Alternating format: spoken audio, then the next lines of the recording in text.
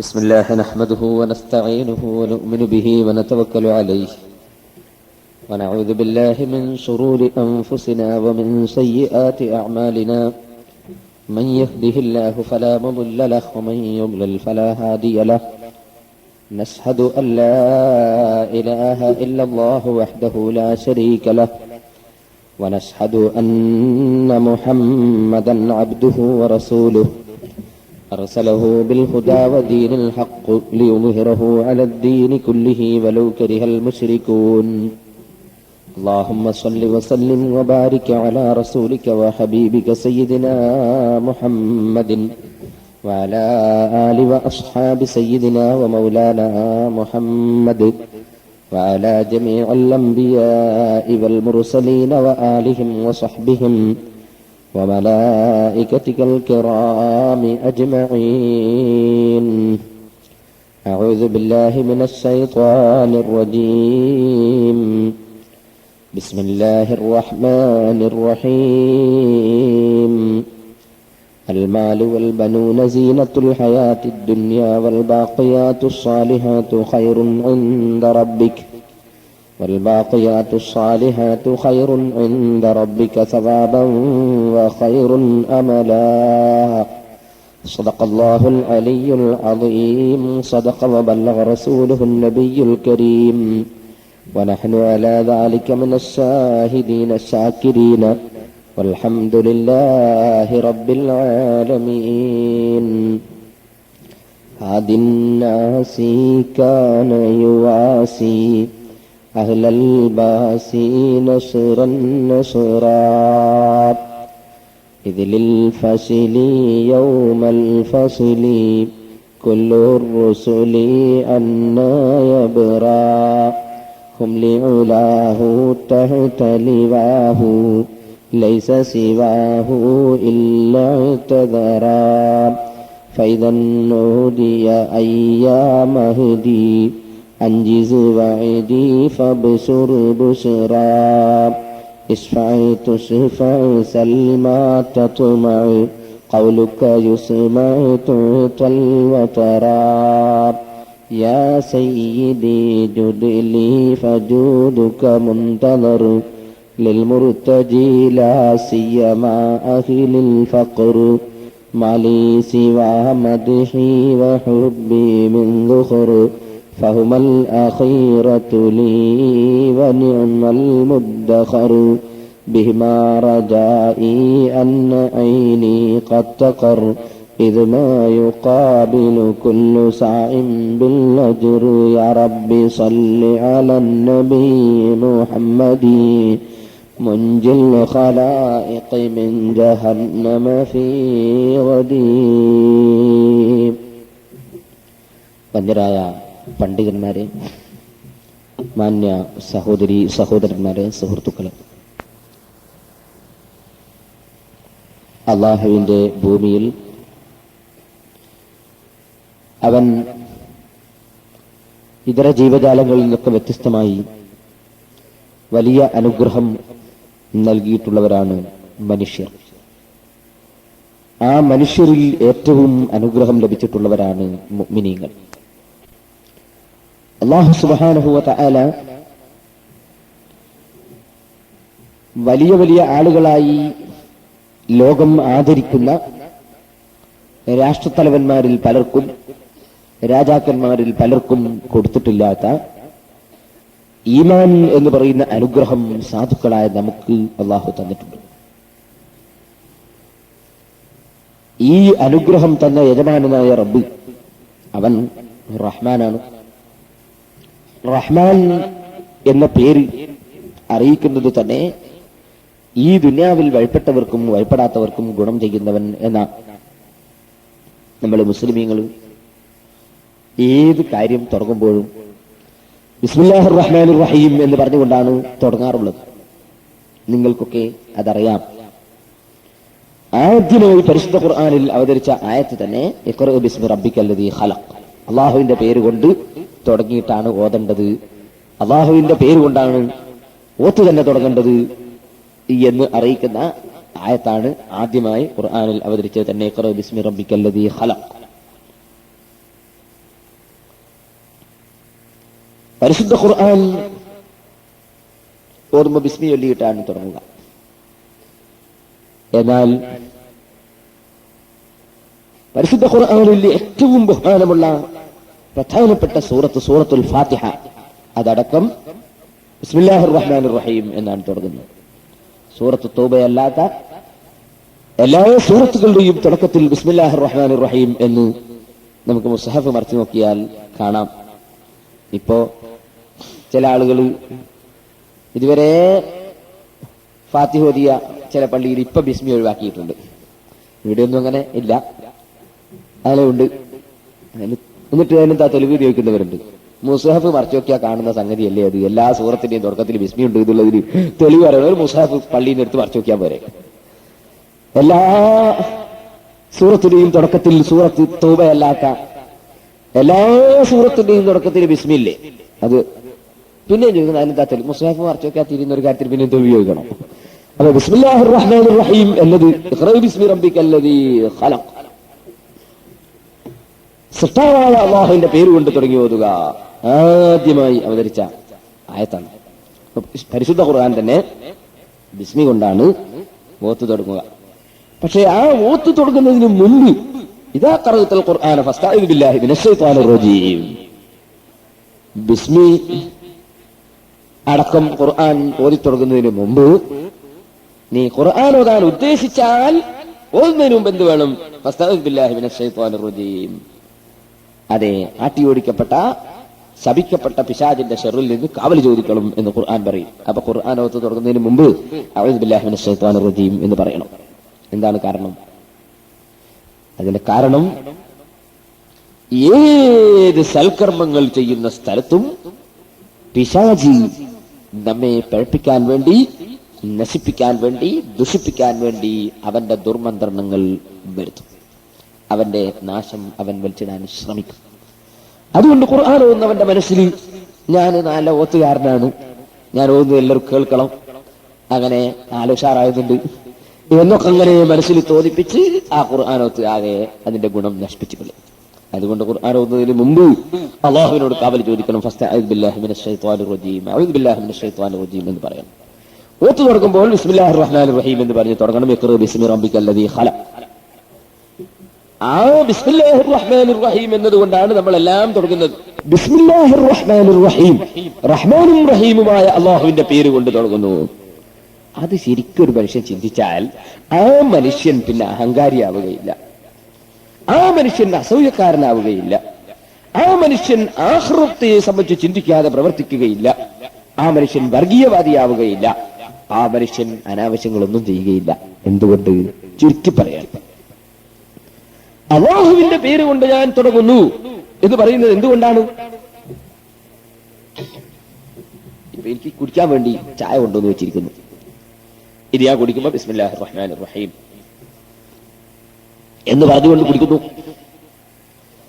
ഹദീസിൽ നിന്ന് മനസ്സിലാക്കാം, എല്ലാ മനുഷ്യരുടെ ശരീരത്തിലും ശൈത്താനുണ്ട്. വേദന വലിയാരുടെ ശരീരത്തിലുണ്ട് ശൈത്താൻ, എല്ലാവരുടെ ശരീരത്തിലും ശൈത്താനുണ്ട്. ശൈത്താൻ അശൈത്താനു യജ്രി മജ്റദ്ദമി, രക്തം നടക്കുന്ന സ്ഥലത്തൊക്കെ ശൈത്താൻ നടക്കും എന്ന് നബി സല്ലല്ലാഹു അലൈഹി വസല്ലം തങ്ങൾ പറഞ്ഞിട്ടുണ്ട്.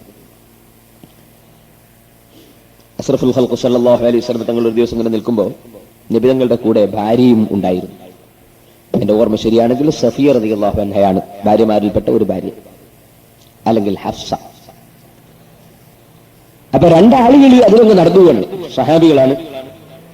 അവര് നബി സല്ലല്ലാഹു അലൈഹി വസല്ലം തങ്ങളെയും സ്ത്രീയെയും കണ്ടപ്പോൾ അവര് അത് കാണാത്തതുപോലെ കുറച്ച് സ്പീഡിൽ അങ്ങ് നടന്നു. അങ്ങനെ ഉണ്ടല്ലോ ചിലപ്പോ നമ്മളെ ഉസ്താദ് ഒരു സ്ഥലത്തുനിന്ന്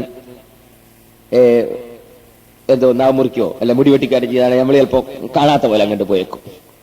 ഉസ്താദിന്റെ വിഷമം വേണ്ട അത് വിചാരിച്ചിട്ട്. അതുപോലെ തന്നെ കുട്ടികൾ നമ്മൾ കാണാതെ സിഗരറ്റ് വലിക്കുകയാണെങ്കിൽ ഉസ്താദും ചിലപ്പോ കാണാത്ത പോലെ പോയി കളയും. നബി സല്ലല്ലാഹു അലൈഹി വസല്ലം തങ്ങളെടുത്ത് സ്ത്രീയെ കണ്ടപ്പോൾ സഹാബികൾ രണ്ടാളുകളും കാണാത്തതുപോലെ ഒരു സ്പീഡ് കൂട്ടിയിട്ട് വേഗം വേഗം കണ്ടു പോവാണ്. അല്ലാഹു റസൂൽ വിളിച്ചിട്ട് പറഞ്ഞു, അലാരി സിലിക്കുമാ, അങ്ങനെ സ്പീഡ് കൂട്ടിയൊന്നും പോണ്ട, അങ്ങനെയൊന്നും പോണ്ട. ഹാദിഹി സഫിയ്യത്തു, അല്ലെങ്കിൽ ഹഫ്സത്തു, ഏത് ഭാര്യയാണോ ഓർക്കുന്നത് ഉള്ള ഭാര്യയുടെ പേരാ പറഞ്ഞത്. ഇത് എന്റെ ഭാര്യ സഫിയാണ് കേട്ടോ എന്ന് പറഞ്ഞു. അപ്പൊ സഹാബികൾ പടച്ചറബ് നബിയെ അങ്ങനെ ഞങ്ങൾ തെറ്റിദ്ധരിക്കുമോ എന്ന് ചോദിച്ചു. ഈ അർത്ഥം വരുന്ന ഒരു ഹദീസുണ്ട്. ആ ഹദീസ് ഇമാം ശാഫഈ റളിയല്ലാഹു അൻഹുവിന്റെ ഉസ്താദായ സുഫിയാൻ ഇബ്നു ഉയൈന റളിയല്ലാഹു അൻഹു, സുഫിയാൻ ഇബ്നു റളിയല്ലാഹു അൻഹു മക്കത്തെ മുദരിസാണ്, വലിയ പണ്ഡിതനാണ്. ശാഫി ഇമാം റളിയല്ലാഹു അൻഹുവിന്റെ മക്കയിലെ ഉസ്താദാണ് സുഫിയാൻ ഇബ്നു ഉയൈന റളിയല്ലാഹു അൻഹു. സഹീഹുൽ ബുഖാരിയിൽ ഇമാം ബുഖാരി ആദ്യമായി റിപ്പോർട്ട് ചെയ്ത ഹദീസ് ഞാൻ ഒരു ഷാഫിഈ മദ്ഹബുകാരനാണ് എന്ന് തെളിയിക്കൽ ഉദ്ദേശിച്ചത് കൊണ്ടായിരിക്കാം ഇമാം ബുഖാരി റളിയല്ലാഹു അൻഹു സഹീഹുൽ ബുഖാരിയിൽ ആദ്യത്തെ ഹദീസ് റിപ്പോർട്ട് ചെയ്തത് ഇമാം ഷാഫിഈ റളിയല്ലാഹു അൻഹുവിന്റെ ശിഷ്യൻ ഹുമൈദ് റളിയല്ലാഹു അൻഹുവിൽ നിന്നാണ്. ഹുമൈദ് റളിയല്ലാഹു അൻഹു ഷാഫി ഇമാമിന്റെ പ്രധാനപ്പെട്ട ശിഷ്യനാണ്. ഷാഫി മദ്ഹബ് സ്വീകരിച്ച പണ്ഡിതനായ ഇമാം ബുഖാരി റളിയല്ലാഹു അൻഹു തന്റെ ഉസ്താദ് ഹുമൈദ് റളിയല്ലാഹു അൻഹു പറഞ്ഞു കൊടുത്ത ഹദീസാണ്, ഷാഫി ഇമാമിന്റെ ശിഷ്യൻ പറഞ്ഞു കൊടുത്ത ഹദീസാണ് ആദ്യമായി സഹീഹുൽ ബുഖാരിയിൽ റിപ്പോർട്ട് ചെയ്തിട്ടുള്ളത്. ആ ഹുമൈദ് റളിയല്ലാഹു അൻഹുവിന്റെയും ഗുരുനാഥനാണ് മക്കയിലെ മുദരിസായ സുഫിയാൻ ഇബ്നു ഉയൈന റളിയല്ലാഹു അൻഹു. സഹീഹുൽ ബുഖാരിയിൽ തന്നെയും സുഫിയാൻ ഇബ്നു ഉയൈന റളിയല്ലാഹു അൻഹുവിന്റെ പേര് ആദ്യത്തെ ഹദീസിന്റെ പരമ്പരയിൽ തന്നെ കാണാം. ആ സുഫിയാൻ ഇബ്നു ഉയൈന റളിയല്ലാഹു അൻഹു ഇമാം ശാഫിഈ റളിയല്ലാഹു അൻഹു ഈ ഹദീസ് പറഞ്ഞു കൊടുത്തു. അല്ലാഹുവിന്റെ റസൂൽ ഇങ്ങനെ നിൽക്കുമ്പോ ഭാര്യ സമീപത്തുണ്ടായിരുന്നു. രണ്ടാൾ നടന്നു പോകുമ്പോ കണ്ടപ്പോ അവര് ഒരു കാണാത്ത പോലെ നടക്കുന്നത് കണ്ടപ്പോ അല്ലാഹുവിന്റെ റസൂൽ വെച്ചിട്ട് എന്റെ ഭാര്യയാണ് എന്ന് പറഞ്ഞു. അപ്പൊ പറഞ്ഞപ്പോ തങ്ങളെ ഞങ്ങൾ തെറ്റിദ്ധരിക്കുമ്പോൾ അവരങ്ങോട്ട് ചോദിച്ചാ ആ ചോദ്യത്തിന് നബി സല്ലല്ലാഹു അലൈഹി വസല്ലം തങ്ങൾ മറുപടി പറഞ്ഞു. എന്താ പറഞ്ഞത്? ഇന്ന ശൈത്താന യജ്രി മജ്റദ്ദമി, ശൈത്താൻ മനുഷ്യന്റെ ശരീരത്തിൽ രക്തം നടക്കുന്ന സ്ഥലത്തൊക്കെ നടക്കുന്നു. ആ ഹദീസ് വിശദീകരിച്ചു കൊടുത്തുകൊണ്ട് പറഞ്ഞു കൊടുത്തുകൊണ്ട് സുഫിയാൻ ഇബ്നു ഉയൈന റളിയല്ലാഹു അൻഹു ശിഷ്യനായ ഇമാം ശാഫിഈ റളിയല്ലാഹു അൻഹു ചോദിച്ചു, ഈ ഹദീസിന്റെ വ്യാഖ്യാനം എന്താണ് എന്ന് പറയാൻ കഴിയോ? ഇമാം ശാഫിഈ റളിയല്ലാഹു അൻഹു പറഞ്ഞു, ആ ഹദീസ് ഒരിക്കലും തന്നെ ആ രണ്ട് സഹാബികളും അല്ലാഹുവിന്റെ റസൂലിനെ തെറ്റിദ്ധരിച്ചു എന്ന് മനസ്സിലാക്കി തെറ്റിദ്ധാരണ തിരുത്താൻ വേണ്ടി നബി സല്ലല്ലാഹു അലൈഹി വസല്ലം പറഞ്ഞതല്ല എന്ന്. ശാഫി ഇമാം ഉസ്താദിന് അങ്ങോട്ട് വിശദീകരണം പറഞ്ഞു കൊടുക്കണം. ഹദീസ് പറഞ്ഞു കൊടുത്തപ്പോ വിശദീകരണം ഇമാം ശാഫി റളിയല്ലാഹു അങ്ങോട്ട് പറഞ്ഞു കൊടുക്കാറ്. റസൂലുള്ളാഹിനെ തെറ്റിദ്ധരിച്ചു എന്ന് മനസ്സിലാക്കി പറഞ്ഞല്ലായിരുന്നു. പിന്നെ എന്തിനു പറഞ്ഞു? എന്താണ് അതിന്റെ തെളിവ്? അങ്ങനെ അല്ലാന്നുള്ളതിന് എന്താ തെളിവ്? തെളിവ് പറയാം. അല്ലാഹുവിന്റെ റസൂലിനെ ഒരാൾ തെറ്റിദ്ധരിച്ച സമയത്ത് തന്നെ അൽ ഇസ്ലാം എന്ന് പുറത്താണ്. അപ്പോ അല്ലാഹുവിന്റെ റസൂലിനെ ഇവർ രണ്ടാൾ തെറ്റിദ്ധരിച്ചു എന്ന് റസൂലുള്ളാഹി സ്വല്ലല്ലാഹു അലൈഹി വസല്ലം നിങ്ങൾക്ക് തോന്നിയിട്ടുണ്ടെങ്കിൽ റസൂലുള്ള പറയേണ്ടത് ഇതെന്റെ ഭാര്യയാണെന്നല്ല, എന്നതാ പറയേണ്ടത്? ഖൂലാ അശ്ഹദു അല്ലാ ഇലാഹ ഇല്ലല്ലാഹ് അശ്ഹദു അന്ന മുഹമ്മദുർ റസൂലുള്ളാഹ്. നിങ്ങൾ രണ്ടാളും ഷഹാദത്തിൽ വെളിയിട്ട് രണ്ടാമത് ഇസ്ലാമിലേക്ക് വരണം എന്നാണ് റസൂലുള്ള പറയേണ്ടത്. ഇവർ തെറ്റിദ്ധരിച്ചു എന്നാണ് തോന്നിയതെങ്കിൽ. അപ്പൊ തെറ്റിദ്ധരിച്ചിട്ടില്ല എന്ന് റസൂലുള്ളാഹി ഉറപ്പാണ്. തെറ്റിദ്ധരിച്ചിട്ടുണ്ടെങ്കിൽ ഷഹാദത്തിൽ വെള്ളിക്കണം, അവർ അപ്പൊ തന്നെ ഇസ്ലാം എന്ന് പുറത്തു പോകും. പിന്നെ എന്തിനാ ഇത് പറഞ്ഞത്? ഇത് പറഞ്ഞത് നബി സല്ലല്ലാഹു അലൈഹി വസല്ലം തങ്ങൾ ലോകത്തുള്ള എല്ലാ വിഭാഗം ജനങ്ങൾക്കും എല്ലാ കാലത്തേക്കും നേതാവാണ്. ആ നേതാവായ നബി സല്ലല്ലാഹു അലൈഹി വസല്ലം ഖിയാമത്ത് നാൾ വരെ വരുന്ന ജനങ്ങൾക്ക് അവരുടെ ജീവിതത്തിൽ എങ്ങനെയാണ് പ്രവർത്തിക്കേണ്ടത് എന്ന് പഠിപ്പിക്കണം. അതിന് മാതൃക കാണിച്ചു കൊടുത്തതാണ്. ഒരാൾ തെറ്റിദ്ധരിക്കാൻ സാധ്യതയുള്ള ഒരു രംഗത്ത് തെറ്റിദ്ധാരണക്ക് കാരണമാകുന്ന വല്ലതും നടന്നാൽ തെറ്റിദ്ധാരണ ഇല്ലാതിരിക്കാൻ വേണ്ടി വിഷയം വിശദീകരിച്ചു കൊടുക്കേണ്ടതാണ് എന്ന് ലോകത്തെ പഠിപ്പിക്കാൻ വേണ്ടി ചെയ്തതാണ്. റസൂലുള്ളാഹി സ്വല്ലല്ലാഹു അലൈഹി വസല്ലം തങ്ങളെ തെറ്റിദ്ധരിച്ചത് കൊണ്ടല്ല. നിങ്ങൾ ആരെങ്കിലും നിങ്ങളുടെ ഭാര്യയോടുകൂടെ ഒരു സ്ഥലത്ത് ഇങ്ങനെ നിൽക്കുമ്പോ വേറെ ആരെങ്കിലും കണ്ടാൽ അതെന്റെ ഭാര്യയാണ് എന്ന് പറഞ്ഞേക്കണം.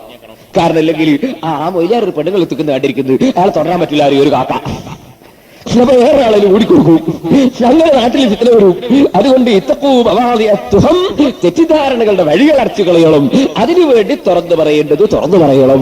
അങ്ങനെയാണ് നിങ്ങൾ പ്രവർത്തിക്കേണ്ടത് എന്ന് പഠിപ്പിക്കാൻ വേണ്ടി നബി സല്ലല്ലാഹു അലൈഹി വസല്ലം തങ്ങൾ ചെയ്തതാണ്. അല്ലാഹുവിന്റെ റസൂലിനെ തെറ്റിദ്ധരിച്ചത് കൊണ്ടല്ല എന്ന് ഇമാം ശാഫിഈ റളിയല്ലാഹു അൻഹു പറഞ്ഞു കൊടുത്തപ്പോൾ ഉസ്താദായ സുഫിയാൻ ഇബ്നു ഉയൈന റളിയല്ലാഹു അൻഹു പറഞ്ഞു, വളരെ നല്ല വിശദീകരണം തന്നെയാണ്. ഇമാം ശാഫിഈ റളിയല്ലാഹു അൻഹുവിന്റെ അങ്ങേയറ്റത്തെ ബുദ്ധിയും അങ്ങേയറ്റത്തെ ശക്തിയും ബുദ്ധിശക്തി അത് എല്ലാ ഉസ്താദുമാരും അംഗീകരിച്ചതാണല്ലോ. അല്ലാഹു അവിടുത്തെ ബർക്കത്ത് കൊണ്ട് നമ്മെ എല്ലാവരെയും നന്നാക്കി തരട്ടെ. സുബ്ഹാനല്ലാഹ്. 10 ലക്ഷം ഹദീസ് മനപ്പാഠം പഠിച്ച പണ്ഡിതനാണ് അഹ്മദ് ഇബ്നു ഹംബൽ റളിയല്ലാഹു അൻഹു. ശിഷ്യനാണ്, ശാഫി ഇമാമിന്റെ ശിഷ്യനാണ്. ഒരു ദിവസം അവർ തമ്മിൽ ഒരു വിഷയം ചർച്ചയായി. ഉസ്താദും ശിഷ്യരും തമ്മിൽ ചർച്ച നടക്കാമല്ലോ, വലിയ വിഷയങ്ങൾ ചർച്ച ചെയ്യാമല്ലോ. അങ്ങനെ ചർച്ചയായി. നിസ്കരിക്കാത്തവൻ കാഫിറാണോ അല്ലേ എന്നാ ചർച്ച. ഒരാൾ മനഃപൂർവ്വം മടിയനായിട്ട് നിസ്കാരം വഹിച്ചാൽ മടിയനായിട്ട് ചോദിക്കുക, നിസ്കരിച്ചില്ലേ തകരാറില്ല എന്ന് വിചാരിച്ചിട്ട് ചോദിക്കുക. രണ്ടിയാ ചോദിക്കലുണ്ടല്ലോ. നിസ്കരിച്ചില്ലേ തകരാറൊന്നുമില്ല എന്ന് മനസ്സിലാക്കിയിട്ട് ചോദിച്ചാൽ അപ്പൊ തന്നെ കാഫറാണ്. ചില കള്ളശേഖന്മാരുണ്ടല്ലോ, ഞാൻ വലിയ ഷെയ്ഖായതുകൊണ്ട് നിസ്കരിക്കണ്ടെന്ന് പറയുന്നത്, അപ്പൊ തന്നെ കാഫറാവും. ഒരാൾ ഷെയ്ഖ് വലുതാകുമ്പോഴേക്ക് നിസ്കാരം വേണ്ട എന്ന് വിശ്വസിച്ചാൽ കാഫറാവും. നിസ്കാരം ഒരിക്കൽ ഹലാലാണെന്ന് വിശ്വസിച്ചാൽ കാഫറാവും. നേരെ മറിച്ച് മാനസികമായി സ്വസ്ഥതയില്ലാത്ത ആളുകൾക്ക് നിസ്കാരം നിർബന്ധമില്ല.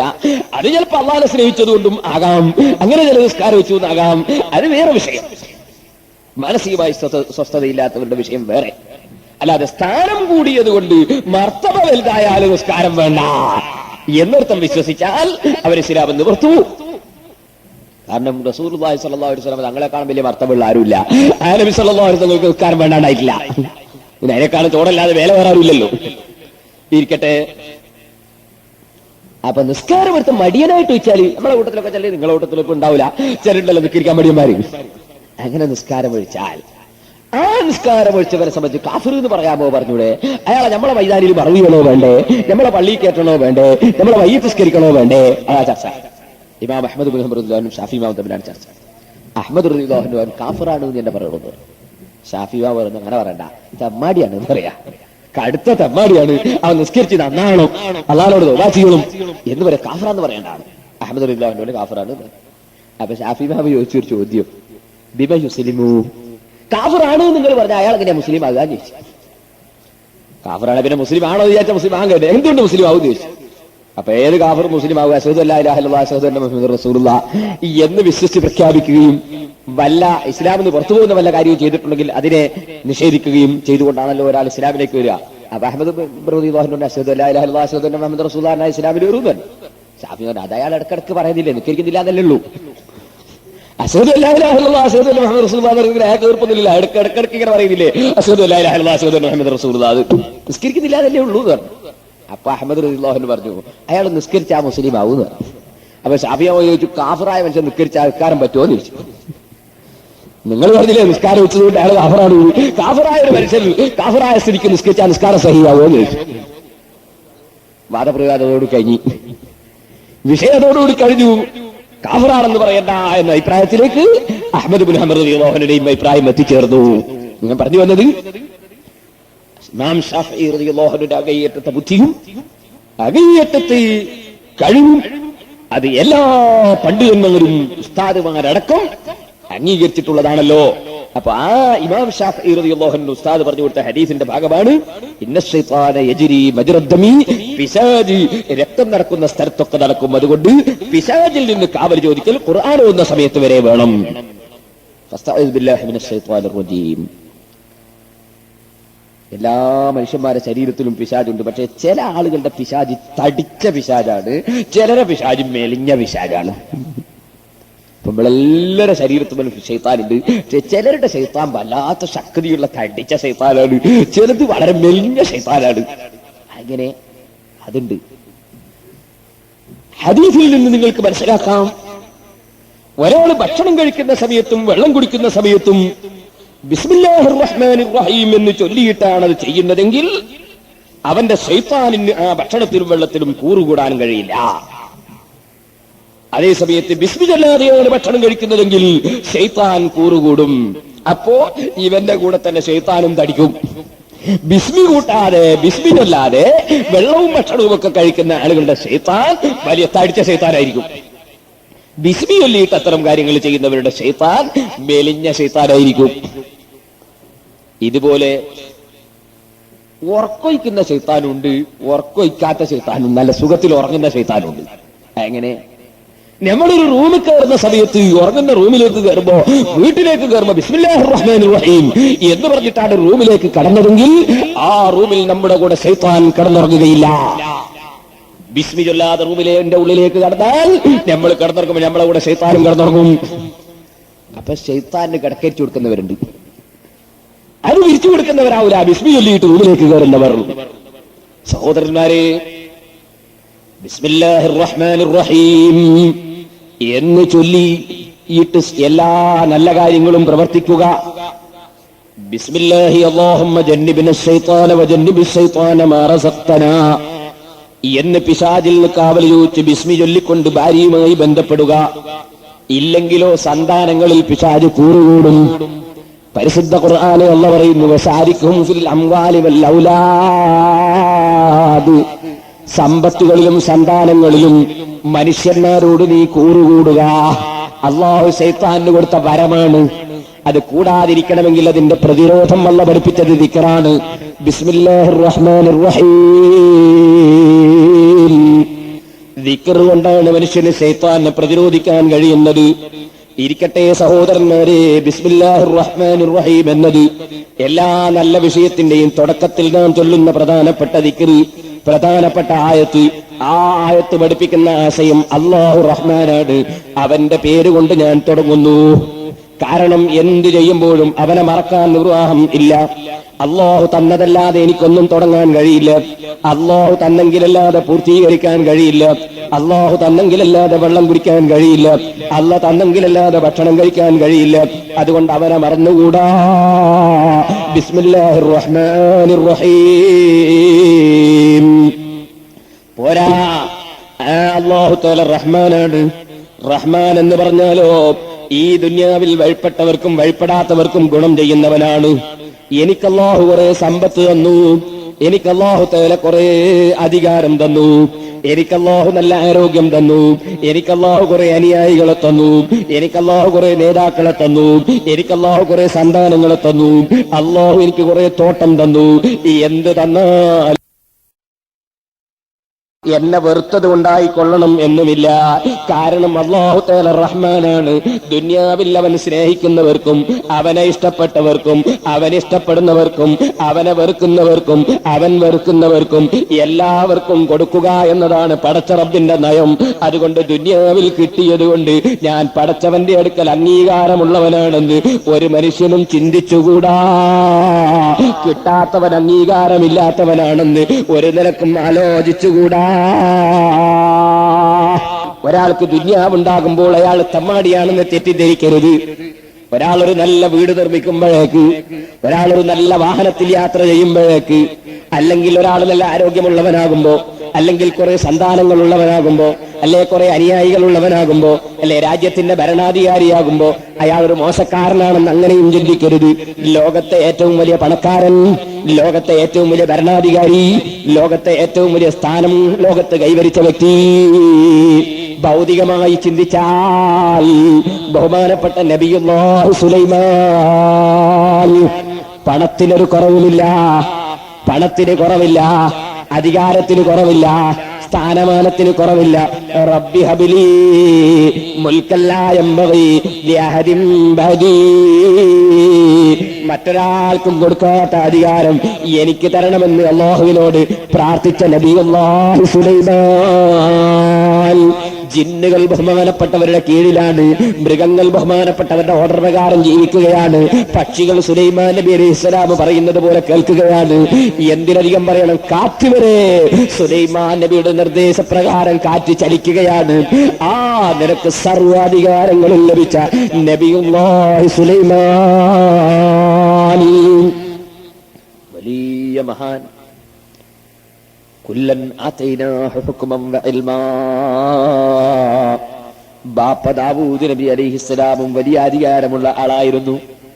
ദാവൂദ് നബി അലൈഹിസ്സലാമിന്റെ അധികാരം എന്ന് പറഞ്ഞാൽ നല്ല 1 നമ്പർ ഇരുമ്പൊലക്ക ദാവൂദ് നബിന്റെ കൈ കൊടുത്താൽ അത് സാധാരണ നൂല് പിരിക്കുന്നത് പോലെ, നൂല് ചെയ്യുന്നത് പോലെ. വഅലന്നാലഹുൽ ഹദീദ്. അതേ ബഹുമാനപ്പെട്ട ദാവൂദ് നബിക്ക് ഇരുമ്പ് അത് മടക്കുന്നതിനും തിരിക്കുന്നതിനും മറിക്കുന്നതിനും ഒരു പ്രശ്നമില്ല. ഉരുകിയ മെഴുകുതിരിയുണ്ടല്ലോ, അത് ചെയ്യുമ്പോലെ ചെയ്യാൻ കഴിയും ഇരുമ്പ്, ഒരു ചൂടുവാക്കാതെ തന്നെ. ദാവൂദ് നബിക്ക് അല്ലാഹു കൊടുത്ത കഴിവാണ് ഇരുമ്പ്. മൂപ്പര് ഇരുമ്പെടുത്തിട്ട് ഇങ്ങനെ വളച്ചാ വളയും. അങ്ങനത്തെ വലിയ അധികാരമുണ്ടായിരുന്ന ദാവൂദ് നബി അലൈഹിസ്സലാമിന്റെ മകൻ നബിയുല്ലാഹി സുലൈമാൻ വലിയ അധികാരവും സ്ഥാനവും പണവും അല്ലാഹു കൊടുത്തു. അപ്പൊ അല്ലാഹു തആല മഹാന്മാർക്കും കൊടുക്കും ദുനിയാവ്, തെമ്മാടികൾക്കും കൊടുക്കും ദുനിയാവ്. ചിലപ്പോ തെമ്മാടികൾക്കൊന്നും കൊടുക്കൂല, ചിലപ്പോ മഹാന്മാർക്കൊന്നും കൊടുക്കൂല. ദുനിയാവിന് ഒരു വിലയുമുള്ള കൽപ്പിച്ചിട്ടില്ല എന്നതിന്റെ തെളിവാണത്. താഴ്ന്ന സാധനം അതാർക്ക് കൊടുക്കുന്നു എന്നുള്ളതിന് ഒരു പരിഗണനയും ഇല്ല. വളരെ താഴ്ന്ന ഒരു വസ്തുവാണ് ഈ ദുനിയാവ്. ബഹുമാനപ്പെട്ട ആരിഫീങ്ങൾ പറഞ്ഞു, എടോ നീ ദുനിയാവിനെ മനസ്സിന്റെ ഉള്ളിൽ കേട്ടണ്ട, കൈ പിടിച്ചാൽ മതി എന്ന് പറഞ്ഞാൽ അവരതിനെ സംബന്ധിച്ച് പറഞ്ഞു, കലീമുല്ലാഹി മൂസാ നബിന്റെ ഒരു വടിയുണ്ടായിരുന്നു. അള്ളാഹു ചോദിച്ചു മൂസാ നബിയോട്, എന്താ മൂസ മാത്തിൽ കബി യമീനിക്ക്, എന്റെ കൈ വലത്തെ കയ്യിൽ എന്താണ്? മൂസാ നബി പറഞ്ഞു, അത് അസായ, അതെന്റെ വടിയാണ്, എന്റെ വടിയാണ് വേണ്ടി മൂസാ നബി നിർത്തിയില്ല. പഠിച്ചവനോട് പറയാൻ സമയം കിട്ടിയല്ലേ, അപ്പൊ കുറച്ച് കൂടുതൽ പറയാൻ വിചാരിച്ചു. വലിയ വലിയ ആളുകളോട് സംസാരിക്കാൻ തന്നെ വലിയ സന്തോഷമാണല്ലോ. അപ്പൊ അള്ളാഹോട് പറയാൻ കിട്ടിയ ചാൻസിൽ കുറച്ച് കൂടുതൽ പറയാൻ വിചാരിച്ചു. മൂസാ നബി അലൈഹി സ്വലാത്തു വസ്സലാം കിട്ടിയ ചാൻസിൽ അള്ളാഹോട് കുറച്ച് കൂടുതലൊക്കെ പറഞ്ഞു. എന്താന്ന് ചോദിച്ചാൽ വടിയാന്ന് പറഞ്ഞാൽ മതിയെങ്കിലും അത് പറഞ്ഞു നിർത്താതെ കിട്ടിയ ചാൻസിൽ കുറെ കൂടുതൽ പറയാന്ന് മനസ്സിലാക്കി. അങ്ങനെ മൂസാ നബി സ്വലാം പറഞ്ഞു, എന്റെ വടിയാണ്, അതോക്കെ വേലയാ, ഞാനതിന്റെ മേൽ ചാരി നിൽക്കും. ഞാൻ എന്റെ ആടുകൾക്ക് അതുകൊണ്ട് അടിച്ചിട്ട് ഇലകൾ അടിച്ചിട്ട് ഭക്ഷണം കൊടുക്കും. വലിയ ആ വടിയുണ്ട്, എനിക്ക് വേറെ ചില പരിപാടിയൊക്കെ ഉണ്ട് എന്ന് പറഞ്ഞു മൂസാ നബി അലൈഹി സ്വലാം. ഈ വടിയെ സംബന്ധിച്ച് അള്ളാഹു പറഞ്ഞു, അൽഖി മാ ഫീ യമീനിക്, വടിയൊന്ന് നിലത്തിട്ടാട്ടെ. ഇതുകൊണ്ട് വലിയ ആവശ്യമുണ്ട് എന്നല്ലേ പറഞ്ഞത്, ഒന്ന് നിലത്തിട്ടോ എന്ന് പറഞ്ഞു. ഫൈദാ ഹിയ സുബ്ഹാനും മുബീൻ, ഉഗ്രൻ സർപ്പം. അപ്പൊ അള്ളാഹു പറഞ്ഞു, മൂസാ നബിയെ പേടിക്കണ്ട, അതിങ്ങ് എടുത്തോ എന്ന് പറഞ്ഞു. എടുത്തോ, കൈ പിടിച്ചോ, ആവശ്യമുണ്ടല്ലോ, കൈ പിടിച്ചോ എന്ന് പറഞ്ഞു. ഈ മാതിരിയാണ് എന്ന് പറഞ്ഞു ആരിഫീങ്ങൾ പൈസനെ സംബന്ധിച്ച്, പണത്തിനെ സംബന്ധിച്ച്, ദുനിയാവിനെ പറ്റിയത്. ദുനിയാവ് എന്നല്ല മൂസാ നബി അലൈഹി സ്വലാം വടിയിൽ കൊണ്ട് പറഞ്ഞ പോലെ തന്നെ എന്ത് അതവക്കൗ അലൈഹ, അതിന്റെ മേലെ ആ ചാരി നിൽക്കുന്നത്, അതില്ലെങ്കിൽ സംഗതി ഒന്നും നടക്കൂല. പൈസയും പണമൊന്നും ഇല്ലെങ്കിൽ എന്തെങ്കിലും നടക്കോ? ഒന്നും നടക്കൂല. പണവും പൈസയും ഇല്ലെങ്കിൽ ഒരു കാര്യവും നടക്കൂല. അപ്പൊ അതവക്കൗ അലൈഹ, നമ്മൾ അതിന്റെ മേലാണ് ചാരി നിൽക്കുന്നത്. നമ്മൾ പോറ്റുന്ന സാധനത്തിനൊക്കെ ഭക്ഷണം കൊടുക്കുന്നു, അതുള്ളത് കൊണ്ടാ. നമ്മൾ ആട്ടിന് ഇല പറിച്ചു കൊടുക്കുന്നത് വടി കൊണ്ടാണ്. മൂസാ നബി പറഞ്ഞതുപോലെ നമ്മുടെ ഭാര്യക്കും മക്കൾക്കെല്ലാം ജലവിന് കൊടുക്കുന്നത് ഈ കേസിലുണ്ടാണ്. സംഗതി ഇല്ല, ഞാൻ ബുദ്ധിമുട്ട് തന്നെയാണ്. ആടൊക്കെ പട്ടിണിയായി പോകും, ഒരേ പെണ്ണുങ്ങളും പട്ടിണിയായി പോകും. വലിയ വേറെയും പല പരിപാടി ഉണ്ട് എന്ന് വരുന്നു. അതെ, മദ്രസയും പള്ളിയും ഒക്കെ നടക്കണമെങ്കിൽ ഇത് വേണ്ടേ? വടിയില്ലാണ്ട് അങ്ങനെ നടക്കും. അപ്പോ ഇതുകൊണ്ട് വേറെയും കുറെ ആവശ്യമുണ്ട്. പക്ഷേ ഇതിന്റെ സ്ഥിതി അറിയോ നിങ്ങൾ? അതങ്ങ് നിലത്തിട്ടപ്പോഴല്ലേ തിരിയുന്ന സാധനം. ഇത് സർപ്പാണ് കേട്ടോ. ഫൈലാഹിയ സുബ്ഹാനും മുബീൻ എന്ന് പറഞ്ഞ സർപ്പം പോലത്തെ സാധനമാണ്. ഇരങ്ങാനും ശ്രദ്ധിച്ചില്ലെങ്കിൽ അത് കൊത്തിക്കളയും, വിഷം കയറ്റിക്കളയും. ഈ ദുനിയാവുമായി അധികം അടുത്താൽ അത് കൊത്തിയിട്ട് അതിന്റെ വിഷം നിങ്ങളുടെ ശരീരത്തിലേക്ക് കയറ്റിക്കളയും. പാമ്പാണ് എന്ന് മനസ്സിലാക്കണം. എന്നാ പാമ്പാണ് എന്ന് വിചാരിച്ചിട്ട് തീരെ വേണ്ടാന്ന് വെക്കാൻ പറ്റുമോ? ഇല്ല, പേടിക്കാതെ കൈ പിടിക്കുകയും വേണം. അതാണ് പാമ്പാണെങ്കിലും എടുത്തോന്ന് പറഞ്ഞു. എടുത്തപ്പോ പണ്ടത്തെ വടി തന്നെയാണ്, ആവശ്യത്തിന് ഉപയോഗിക്കാം. ഇതേ മാതിരിയാണ് ദുനിയാവ് എന്ന് പറഞ്ഞു ആരിഫീങ്ങൾ. അതായത് ദുനിയാവ് തീരെ ഇല്ലാതെ മനുഷ്യൻ ജീവിക്കുക വളരെ പ്രയാസമാണ്.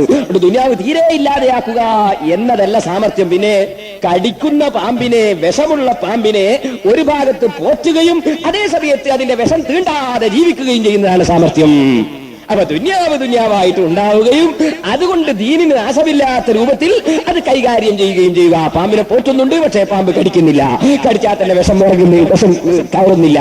ആ നിലക്ക് പാമ്പിനെ വളർത്താൻ കഴിയുന്നവനാരോ അവനാണ് സമർത്ഥൻ. അല്ലാതെ ഒരു പാമ്പിനെ വടിയെടുത്ത് അടിച്ചു കൊല്ലുന്നവനല്ല. അടിച്ചു കൊന്നാൽ പിന്നെ പാമ്പ് പോയില്ലേ എന്ന് ബഹുമാനപ്പെട്ട സാലിഹീകൾ പറഞ്ഞു. فقد علاقة قلبك بالمال لا فقد له تقوى قلا وزهد أحسن منصب بعد التقى وبه ينال مقام أرباب العلا.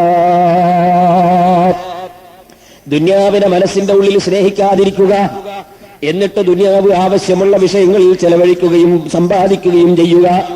ദുനിയാവിനെ ഖൽബിന്റെ ഉള്ളിൽ സ്നേഹിക്കാതിരിക്കുക, അതാണ് യഥാർത്ഥത്തിൽ സുഹൃദ് എന്ന് പറയുന്നത്.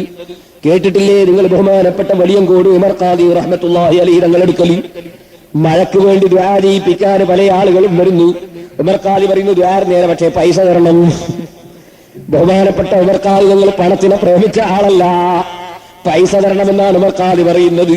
പൈസ കൊടുത്ത ആളുകളോട് പൈസയും വാങ്ങി വെച്ചിട്ട് ദ്വാരക്കാണ് പഠിച്ചവന്, ഞാനിവരോട് പണം വാങ്ങി വെച്ചിട്ടുണ്ട്, നിന്നെ കണ്ടിട്ടാണ് പണം വാങ്ങിയത്, മഴ കൊടുക്കണം നീ അവർക്ക്, ഞാനിത് വെറുതെ വാങ്ങിയതല്ല, നിന്റെ സാധുക്കളെ സഹായിക്കാനാണ്, പാവപ്പെട്ടവർക്ക് കൊടുക്കാനാണ്, അതുകൊണ്ട് നീ എന്റെ ദ്വാക്ക് ഇജാബത്ത് ചെയ്ത് പണം തന്നവർക്ക് മഴ കൊടുത്തേ പറ്റൂ. ഉമർ ഖാദി തങ്ങൾ ദുആ ചെയ്യുമ്പോ ഉടനെ തന്നെ മഴക്കാറ് വന്ന് മഴ പെയ്തു പോയി.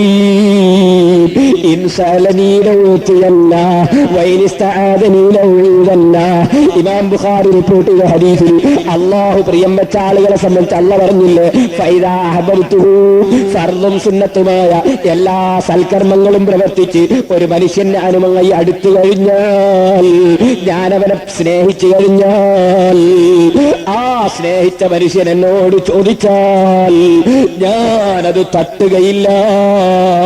ചോദിച്ചാൽ ഞാൻ അവൻ ഉത്തരം ചെയ്യും.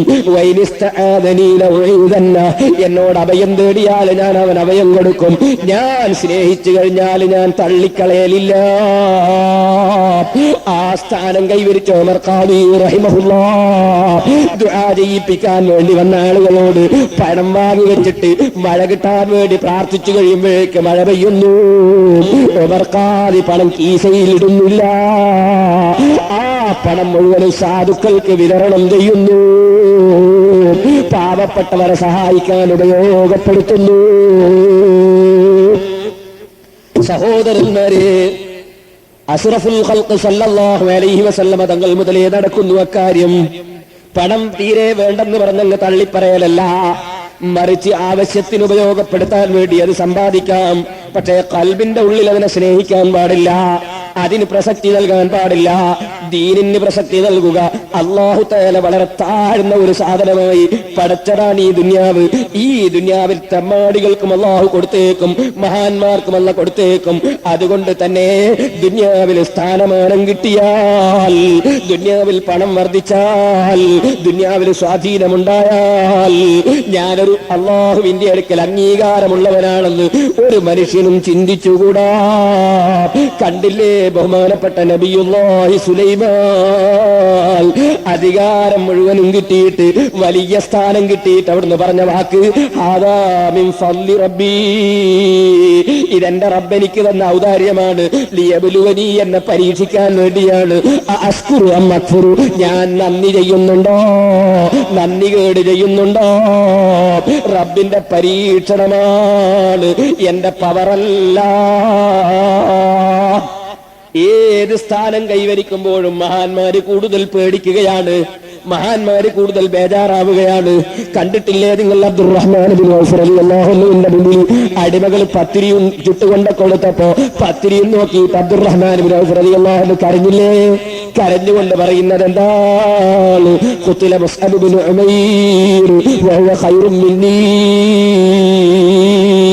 മുസ്അബ് ഇബ്നു ഉമൈർ റളിയല്ലാഹു അൻഹു ഉഹദ് യുദ്ധത്തിൽ വെച്ച് ഷഹീദായി മരിച്ചുപോയല്ലോ, എന്നെക്കാണ് നല്ലവനായിരുന്നല്ലോ. മരിച്ചിട്ട് മയ്യിത്ത് കഫൻ ചെയ്യാൻ വേണ്ടി നബിയും സല്ലല്ലാഹു അലൈഹി വസല്ലമ തങ്ങളും സഹാബികളും ചിന്തിക്കുമ്പോൾ തലമറക്കുമ്പോ കാലുമറക്കാൻ തുണി നീളമില്ല, കാലുമറക്കുമ്പോ തലമറക്കാൻ തുണി നീളമില്ല. അവസാനം തലമറച്ചുകൊണ്ട് കഫൻ ചെയ്തു.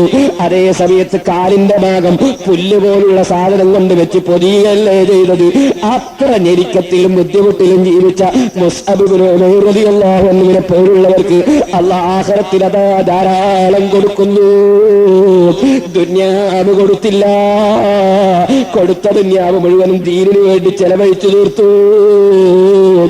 അബ്ദുറഹ്മാൻ ഇബ്നു ഔഫ് എന്ന ഞാൻ മക്കയിൽ നിന്ന് ഇങ്ങോട്ട് ഇവിടെ മദീനത്തേക്ക് വന്നു. ബിസിനസിന് വേണ്ടി അങ്ങിറങ്ങി. ബിസിനസ് നടത്തിയപ്പോ വല്ലാത്ത ലാഭം കൊയ്തു. ഞാനിന്ന് ധാരാളം പണമുള്ള പണക്കാരനാണല്ലോ. എന്റെ മുന്നിൽ നിങ്ങൾ ധാരാളം പത്തിരി കൊണ്ടുവന്ന് വെച്ചിട്ടുണ്ടല്ലോ. എനിക്ക് പണത്തിന് ഞെരുക്കമില്ലല്ലോ. ഞാൻ ചിന്തിക്കുന്നു, എനിക്കുള്ളതെല്ലാം ദുനിയാവിൽ അല്ലാഹു തആല തന്ന് എന്റെ ആഖിറത്തിൽ എനിക്ക് ചുരുക്കുകയാണോ? പാരത്രീക ലോകത്തിന്റെ അനുഗ്രഹം ചുരുക്കി കളയുകയാണോ? മുസ്അബ് ഇബ്നു ഉമൈർ തങ്ങൾ മരിച്ചപ്പോ അതേ കഫൻ ചെയ്യാനുള്ള തുണി നീളമെത്തിയിട്ടില്ലെങ്കിലും ആഖിറമുണ്ടല്ലോ, കാലകാലമുള്ള ജീവിതം, തീരാത്ത ലോകം. ആ ലോകത്ത് ധാരാളം മുസ്അബ് ഇബ്നു ഉമൈർ തങ്ങൾക്ക് കിട്ടുന്നുണ്ടല്ലോ. എന്റെതെല്ലാം ദുനിയാവിൽ തന്നിട്ട് എന്റെ ആഖിറത്തിൽ എനിക്ക് അല്ലാഹു കുറച്ച് കളയുകയാണോ?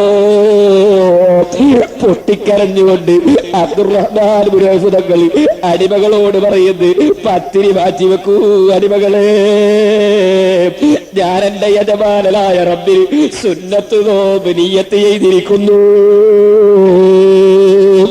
എന്റെ സഹോദരന്മാരെ, സാലിഹീകളായ മഹാന്മാർ, അമ്പിയാക്കൾ മുതൽക്ക് സർവ്വസാലിഹീകളും സർവ്വൗലിയാക്കളും സർവ്വാലിമീകളും അവര് ദുന്യാവില് സ്ഥാനമാനം കിട്ടുമ്പോ, ദുന്യാവില് സമ്പത്ത് കിട്ടുമ്പോ, ദുന്യാവില് പവർ കിട്ടുമ്പോ ഞങ്ങളുടെ ആഖിറത്തിന്റെ കാര്യം എന്താണെന്ന് ചിന്തിച്ച് അവര് പൊട്ടിക്കരയുകയാണ് കേട്ടോ. കാരണം അല്ലാഹു റഹ്മാനാണ്. റഹ്മാനായ റബ്ബ് ദുനിയാവിൽ വഴിപ്പെട്ടവർക്കും വഴിപ്പെടാത്തവർക്കും കൊടുക്കുന്നവരാണ്. അവന്റെ കൊടുതിയിൽ കണ്ടു വഞ്ചിക്കപ്പെട്ടുകൂടാ. ലാ യഅ്മനു മക്റല്ലാഹി ഇല്ലൽ ഖൗമുൽ ഖാസിറൂൻ.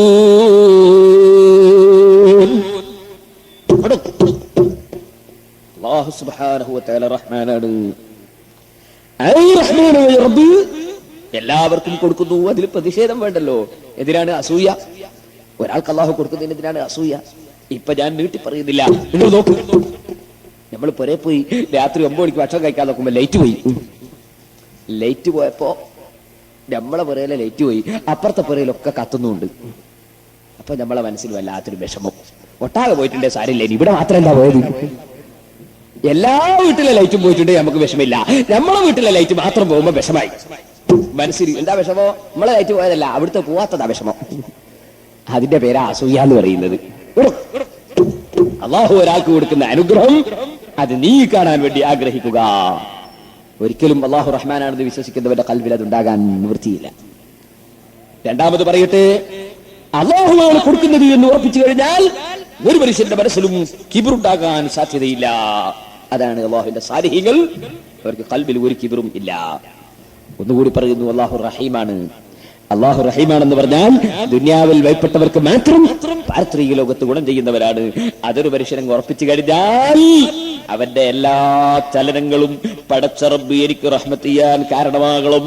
ഈ ലോകത്തിന്റെ പുറമെ പാരത്രിക ലോകമുണ്ട്, അവിടെ എനിക്ക് കാരുണ്യം ലഭിക്കുന്ന വിഷയങ്ങളല്ലാതെ ചെയ്തുകൂടാ എന്ന് ഉറപ്പിച്ച് അവൻ തഖ്വയുടെ വാതിൽക്കലേക്ക് കടന്നുപോയി. അവരോട് പറയട്ടെ, നാം കൃത്യമായി 5 വക്ത് നിസ്കരിക്കണം. എത്ര ആളുകളുടെ നിസ്കാരം കളാക്കുന്നവർ? എത്ര ആളുകളുടെ നിസ്കാരം കളാക്കുന്നവർ? നിങ്ങൾ നോക്ക്.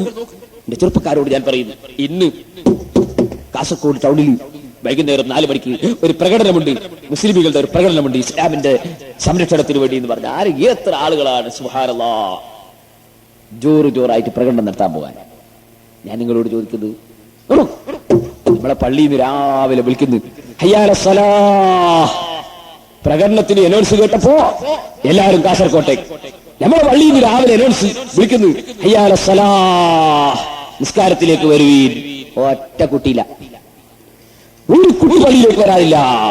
അതല്ലേ ഈ ലോകത്തിന്റെ അവസ്ഥ? പള്ളി കമ്മിറ്റിന്റെ പ്രസിഡന്റും ഇല്ല, സെക്രട്ടറിയും ഇല്ല, ഖജാൻജിയും ഇല്ല, മെമ്പറും ഇല്ല, SSF കാരനും ഇല്ല, SVS കാരനും ഇല്ല. പ്രകടനത്തിന് ജോറാണ്. എന്ത് പ്രകടനം? മനുഷ്യന്മാരെ കാണിക്കാനുള്ളതാ, ഇത് അള്ളാന്റെ അടുത്ത് കൂലിട്ടാണല്ലോ. അപ്പൊ ആളുകളെ കാണിക്കാനുള്ള പരിപാടിക്കൊക്കെ ജോറാണ്. അല്ലാഹുവിന്റെ മുമ്പിൽ പോയി സംഭാഷണം നടത്താൻ തയ്യാറില്ല. ഇതല്ലേ നമ്മുടെ മുസ്ലിം സമുദായത്തിന്റെ അവസ്ഥ? നിങ്ങളിവിടൊക്കെ പിന്നെ പള്ളിയിൽ സുബഹിക്കൊക്കെ ജമാഅത്തിന് ഫുൾ ആളുണ്ടാകുമെന്നാണ് ഞാൻ മനസ്സിലാക്കുന്നത്. ഞാൻ എന്റെ നാടൊക്കെ മനസ്സിലാക്കി പറഞ്ഞു പോയതാണ്. നിങ്ങൾക്ക് ആർക്കും പ്രതിഷേധം വേണ്ട. പോകട്ടെ, ജമാഅത്ത് പോകട്ടെ. സുബഹി ഖളാകാതെ നിസ്കരിക്കലുണ്ടോ? സുബഹി ഖളാകാതെ നിസ്കരിക്കുന്ന മുസ്ലിമീങ്ങൾ എത്ര? നോമ്പ് കഴിഞ്ഞതിന് ശേഷം ഇതുവരെ സുബഹി കിട്ടാത്ത എത്ര ആൾക്കാരുണ്ട്? ചില മനുഷ്യന്മാർ കാണാം ഉച്ചക്ക്, വെള്ളിയാഴ്ച ഉച്ചക്ക് വന്നിട്ട് കുത്തുബ തുടങ്ങാൻ നോക്കുമ്പോഴോ ഇങ്ങനെ കൈ ഉയർത്തിയിട്ട് കുരുത്തോന്നു. എന്നാ ഈ ഹംക്കിന്റെ ആരും കാണാണ്ടോ കൂടി? ഞാൻ സുബഹി ഖളാക്കി ബാക്കിയുള്ളവർക്ക് അറിയിക്കണോ?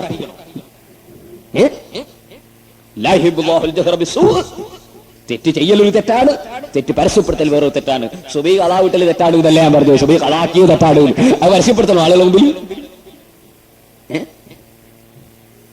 സഹോദരന്മാരെ, ഞാൻ വീട്ടിൽ സംസാരിക്കുന്നില്ല. ഞാൻ പറഞ്ഞു വരുന്നത്, നിങ്ങൾ നോക്ക്, നമ്മുടെ ഹിന്ദുമത സുഹൃത്തുക്കൾ അവര് ശബരിമലയിലേക്ക് പോകാൻ വേണ്ടി മാലയണിഞ്ഞ് കറുത്ത തുണി കൊടുത്ത് കഴിഞ്ഞാൽ സുബഹിന്റെ മുമ്പ് അവർ പോയി കുളത്തിൽ പോയി പച്ചവെള്ളം കൊണ്ടല്ലേ കിണറ്റിന്റെ അടുത്ത് പോയി കുളിച്ച്. എവിടുന്ന കുളിക്കാൻ മസാല നിനക്കറിയില്ല. രാവിലെ കുളിച്ചിട്ട് വരുന്നത് കാണാം. കുളിച്ചിട്ട് വന്നിട്ട് അവരുടെ ദേവാലയത്തിൽ പോയി അവരുടെ മതാചാര പ്രകാരം ഭജനം പാടി. നമ്മുടെ മുസ്ലിമീങ്ങളോ പള്ളിയുടെ ഉള്ളിൽ എല്ലാ വിളിയും വിളിക്കാൻ ഒരാളെ നിശ്ചയിച്ച് ശമ്പളം കൊടുത്തു, ഒരു മൈക്കും വാങ്ങി കൊടുത്തു. എന്തിനു? ഇന്നെ പോലത്തെ വരൂല, പിന്നെ ഇതിനാ മൈക്ക്? എല്ലാവരും കേൾക്കാനല്ലേ ഇത്. എന്നിട്ട് ഒറ്റ കുട്ടി പള്ളിയിൽ വന്നൊരു സുബ്ഹാനല്ലാഹി വബിഹംദിഹി ചൊല്ലാറുണ്ടോ? സുബഹിസ്കരിച്ചിട്ട് ഒരു ഖുർആൻ എടുത്തിട്ട് 1.5 മണിക്കൂർ ഓതാൻ ആരെങ്കിലും ചെയ്യാറുണ്ടോ? ബയലാണെങ്കിലോ സുബ്ഹാനല്ലാഹ്, ബയൽ പറയുന്ന മൗലവിമാരൊക്കെ മരിക്കാൻ മാത്രം ബയൽ. ഒരു ദിവസം 3, 4, 5, 10 ബയൽ. എന്തിനും ബയൽ? ഇന്ന് വെള്ളിയാഴ്ചയാണ്. ഞാൻ നിങ്ങളോട് ചോദിക്കുന്നു, വെള്ളിയാഴ്ച എത്ര ആൾ അൽക്കഫ് ഓതി? ചുരുങ്ങിയത് 3 പ്രാവശ്യം അൽക്കഫ് ഓതുന്ന ഒരു വെള്ളിയാഴ്ച. ഇക്സാറു തിലാവത്തി സൂറത്തുൽ കഹ്ഫ്. പണ്ഡിതന്മാർ പറഞ്ഞ എന്താണ്? സൂറത്തുൽ കഹ്ഫ് ഓതുന്നത് വർദ്ധിപ്പിക്കണം വെള്ളിയാഴ്ച. വർദ്ധിപ്പിക്കണോ തന്നെ ഏറ്റവും ചുരുങ്ങിയ എത്ര? 3 ഓതണം. 3 പ്രാവശ്യമെങ്കിലും സൂറത്തുൽ കഹ്ഫ് ഓതണം വെള്ളിയാഴ്ച. ചുരുങ്ങിയത്, കൂടിയാൽ എത്രയും കൂട്ടിക്കോ, ചുരുങ്ങിയത് 3.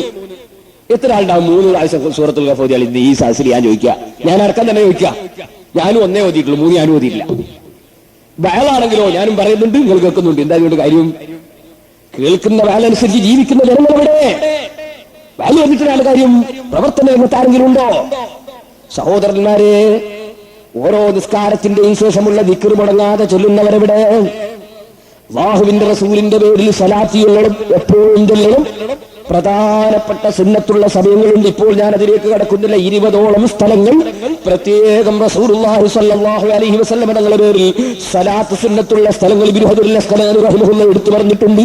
അതിൽപ്പെട്ടതാണ് യാത്ര പുറപ്പെടുന്ന സമയം, യാത്രയിൽ തിരിച്ചു വരുന്ന സമയം, ഒരു സ്ഥലത്ത് സമ്മേളിക്കുന്ന സമയം, ഒരു സ്ഥലത്ത് നിന്ന് പിരിഞ്ഞു പോകുന്ന സമയം. അങ്ങനെ തുടങ്ങിയിട്ട് ദുആയുടെ തുടക്കം, ദുആയുടെ മധ്യം, ദുആയുടെ അവസാനം, അങ്ങനെ തുടങ്ങിയിട്ട് ഒരുപാട് സ്ഥലങ്ങളുണ്ട്. എന്നാൽ വെള്ളിയാഴ്ച ദിവസം അല്ലാഹുവിന്റെ റസൂലിന്റെ പേരിലുള്ള സ്വലാത്ത് വർദ്ധിപ്പിക്കണമെന്ന് പറഞ്ഞ സ്ഥലത്ത് പണ്ഡിതന്മാർ പറയുന്നു, ചുരുങ്ങിയത് 300 സ്വലാത്തെങ്കിലും വെള്ളിയാഴ്ച നബി സല്ലല്ലാഹു അലൈഹി വസല്ലം തങ്ങളുടെ പേരിൽ ചൊല്ലി 30 സ്വലാത്ത് ചൊല്ലിയോ ചെറുപ്പക്കാരാ? വെള്ളിയാഴ്ചകൾ ഇങ്ങനെ കഴിഞ്ഞു പോകുന്നു. പോകട്ടെ, പള്ളിയിൽ തന്നെ താമസിക്കുന്ന മുതഅല്ലിമീങ്ങൾ 3 അൽക്കഫ് ഓതിയോ? പള്ളിയിൽ തന്നെ താമസിക്കുന്ന മുതഅല്ലിമീങ്ങൾ 300 സ്വലാത്ത് ചൊല്ലിയോ? എന്റെ സഹോദരന്മാരെ, പേപ്പറൊന്നും വായിക്കാൻ വിട്ടുപോയിട്ടില്ല, ഒരു മാസികയും കയ്യിൽ പിടിക്കാത്തതില്ല, ഖുർആൻ ഓതാൻ ആളെ കിട്ടുന്നില്ല, സ്വലാത്ത് ചൊല്ലാൻ ആളെ കിട്ടുന്നില്ല, ദിക്ർ ചൊല്ലാൻ ആളുകളില്ല. എല്ലാവർക്കും കുറുക്ക് വഴിയിലങ്ങ് സ്വർഗത്തിൽ കടന്നു പോകണമെന്ന ചിന്തയിലുള്ളതുപോലെ ഇരിക്കുന്നു. അതുകൊണ്ട് എനിക്ക് നിങ്ങളോടും എന്നോടും പറയാനുള്ളത്, സൽക്കർമ്മങ്ങൾ വർദ്ധിപ്പിക്കുക, നിസ്കാരം കലാകാതെ നിർവഹിക്കുക, പരമാവധി ജമാഅത്തിന് പങ്കെടുക്കുക. ഉമ്മമാരെ, നിങ്ങൾ വീട്ടിലടങ്ങി ഒതുങ്ങിയിരിക്കുക, അവിടെ വെച്ച് നിങ്ങൾ നിസ്കാരം നിർവഹിക്കുക, നിങ്ങൾ സുന്നത്ത് നിസ്കാരം വർദ്ധിപ്പിക്കുക, നിങ്ങളും ദിക്റും സ്വലാത്തും കൊണ്ടുവരാൻ വേണ്ടി ശ്രമിക്കുക, നിങ്ങൾ ഖുർആൻ ഓതാൻ സമയം കണ്ടെത്തിക്കുക. സിനിമകളിലേക്ക് നിങ്ങളെ ക്ഷണിക്കുന്ന, സിനിമാ നടന്മാര് പ്രകാശനം ചെയ്യുന്ന, സിനിമാ നടന്മാരുടെ ചിത്രം വരുന്ന, പെണ്ണുങ്ങൾ വായിക്കുന്ന സർവ്വ മാസികകളും വലിച്ചെറിയുക, പരിശുദ്ധ ഖുർആൻ കയ്യിലേന്തുക, സ്വലാത്തിന്റെ കിതാബ് കയ്യിൽ പിടിക്കുക, പാരത്രിക ലോകത്തിന് വേണ്ടി അധ്വാനിക്കുക, അനാവശ്യമായി ചെലവഴിക്കുന്ന ചെലവുകളൊക്കെ നിർത്തിവെക്കുക. ഇവിടെ ഉണ്ടോന്ന് എനിക്കറിയില്ല. ഞങ്ങൾ അവിടെ ഒക്കെ ഒരു സൂക്കേട്. ഹജ്ജിന് പോകുന്ന ആളുകൾ ഹജ്ജിന് പോകുമ്പോ കുറെ യുവതികളായ പെണ്ണുങ്ങൾ യാത്ര അയക്കാൻ വേണ്ടി എയർപോർട്ടിലേക്ക്, ദുബായിലും ഖത്തറിലൊക്കെ പോകുമ്പോ അവിടെയുണ്ട് ഭാര്യനെയും കൂട്ടി എയർപോർട്ടിൽ പോകുന്ന ചില ആളുകൾ. എന്നിട്ടെന്താ, അവനങ്ങ് പോയി ഇവള് തിരിച്ചിങ്ങോട്ട് പോകുന്നു. ഇവളിങ്ങ് തിരിച്ച് എത്തിയോ ഇല്ലേ തന്നെ ഇവൻ അറിയുന്നുണ്ടോ? എന്താവശ്യത്തിന് ഇവനും പള്ളിയിൽ പോണ്ടാതെ തന്നെ പ്രസംഗിക്കുന്നതിന് ഇവരും ജോറാ. പ്രസംഗിക്കേണ്ടി തന്നെ, ഞാൻ പ്രസംഗിക്കുന്ന ആള് തന്നെ. പക്ഷെ പള്ളിയിൽ പോണ്ടാതെ മാത്രമേ എയർപോർട്ടിൽ പോകാൻ നേരി കിതാബില പറഞ്ഞു. യാത്ര അയക്കാൻ വേണ്ടി എയർപോർട്ടിൽ പോകാൻ നേരി കിതാബില പറഞ്ഞത്. എന്തിനീ പെണ്ണിനെ എയർപോർട്ടിലേക്ക് കൊണ്ടുപോകുന്നു? ഇവിടെ ആ സൂക്കേടുണ്ടോന്ന് എനിക്കറിയാം. ഇപ്പൊ ഇല്ലാത്ത ഞാൻ പറഞ്ഞു പഠിക്കണ്ട.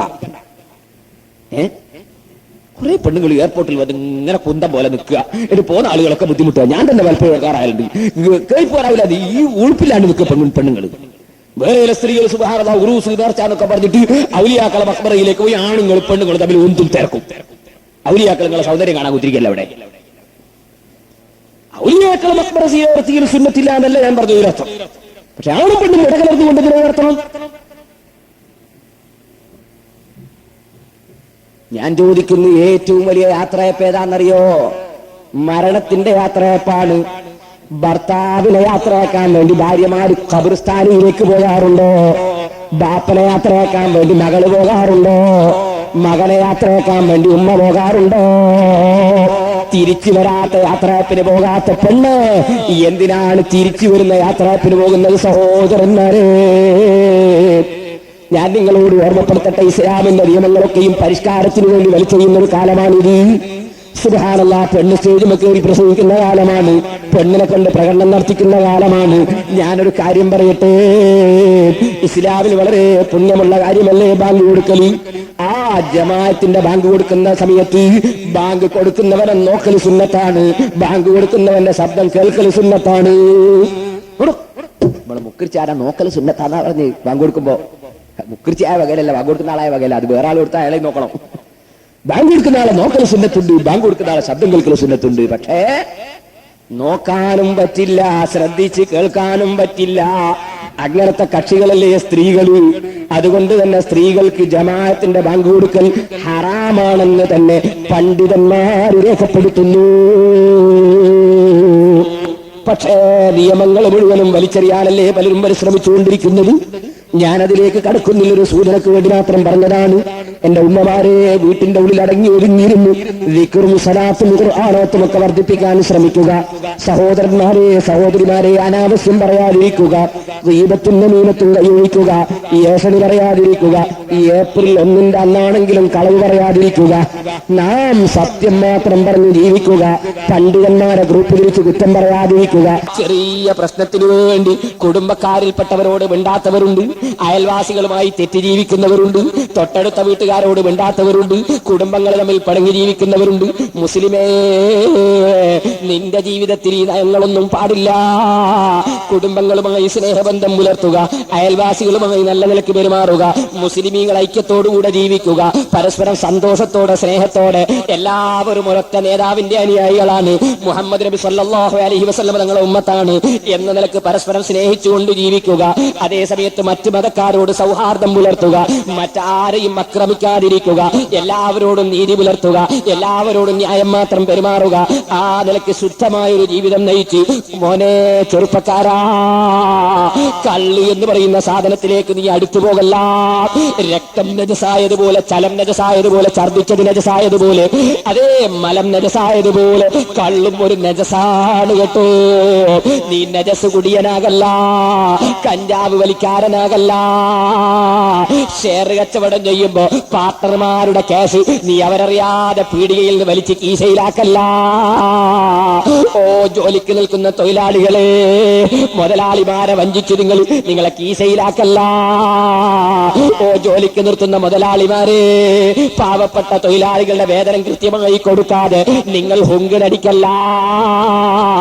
എന്റെ സഹോദരന്മാരെ, ജീവിതത്തിന്റെ സർവ്വരംഗത്തും ദീനിൽ നിയമങ്ങളുണ്ട്. എന്റെ ഉമ്മമാരെ, നിങ്ങളുടെ ആൺകുട്ടികൾ കല്യാണം കഴിച്ചു കൊണ്ടുവരുന്ന ഭാര്യമാരോട്, പെൺകുട്ടികളോട് നിങ്ങൾ കടുത്ത സ്വരത്തിൽ സംസാരിക്കല്ല. അമാനത്താണ്. നിങ്ങളെ മക്കള് കല്യാണം കഴിച്ചു കൊണ്ടുവരുന്ന ചെറിയ ചെറുപ്പക്കാരികളായ പെൺകുട്ടികളുണ്ടല്ലോ, അവര് നിങ്ങളെ വീട്ടിലെത്തുമ്പോ നിങ്ങൾ സ്വന്തം മക്കളെ ഭാര്യമാരോട് കടുത്ത സ്വരത്തിൽ സംസാരിക്കരുത്. പ്രായമുള്ള ഉമ്മമാരെ, നിങ്ങളവരെ ദുഷിക്കരുത്, അവരെ കുടുംബത്തെ ചീത്ത പറയരുത്, നിങ്ങളവരെ ചീത്ത പറയരുത്, നിങ്ങളവരോട് നല്ല നിലയ്ക്ക് പെരുമാറുക. എന്റെ ചെറുപ്പക്കാരികളായ ഉമ്മ സഹോദരിമാരെ, നിങ്ങളെ സ്വന്തം ഉമ്മയേക്കാൾ നിങ്ങളെ ഭർത്താവിന്റെ ഉമ്മയെ നിങ്ങൾ സ്നേഹിക്കുക, നിങ്ങളെ ഭർത്താവിന്റെ ഉമ്മയെ നിങ്ങൾ ബഹുമാനിക്കുക. നിങ്ങളെ സ്വന്തം ബാപ്പയേക്കാൾ നിങ്ങളെ സ്വന്തം ഭർത്താവിന്റെ ബാപ്പയെ നിങ്ങൾ സ്നേഹിക്കുക. നിങ്ങളെ സ്വന്തം ഭർത്താവിന്റെ ബാപ്പയ്ക്ക് നിങ്ങൾ ഖിദ്മത്ത് എടുത്തു കൊടുക്കുക. അല്ലാഹുവിന്റെ അടുക്കൽ നിങ്ങൾക്ക് വലിയ പ്രതിഫലം ലഭിക്കും, പടച്ച റബ്ബിന്റെ അടുക്കൽ അവരെ പൊരുത്തം ലഭിക്കും.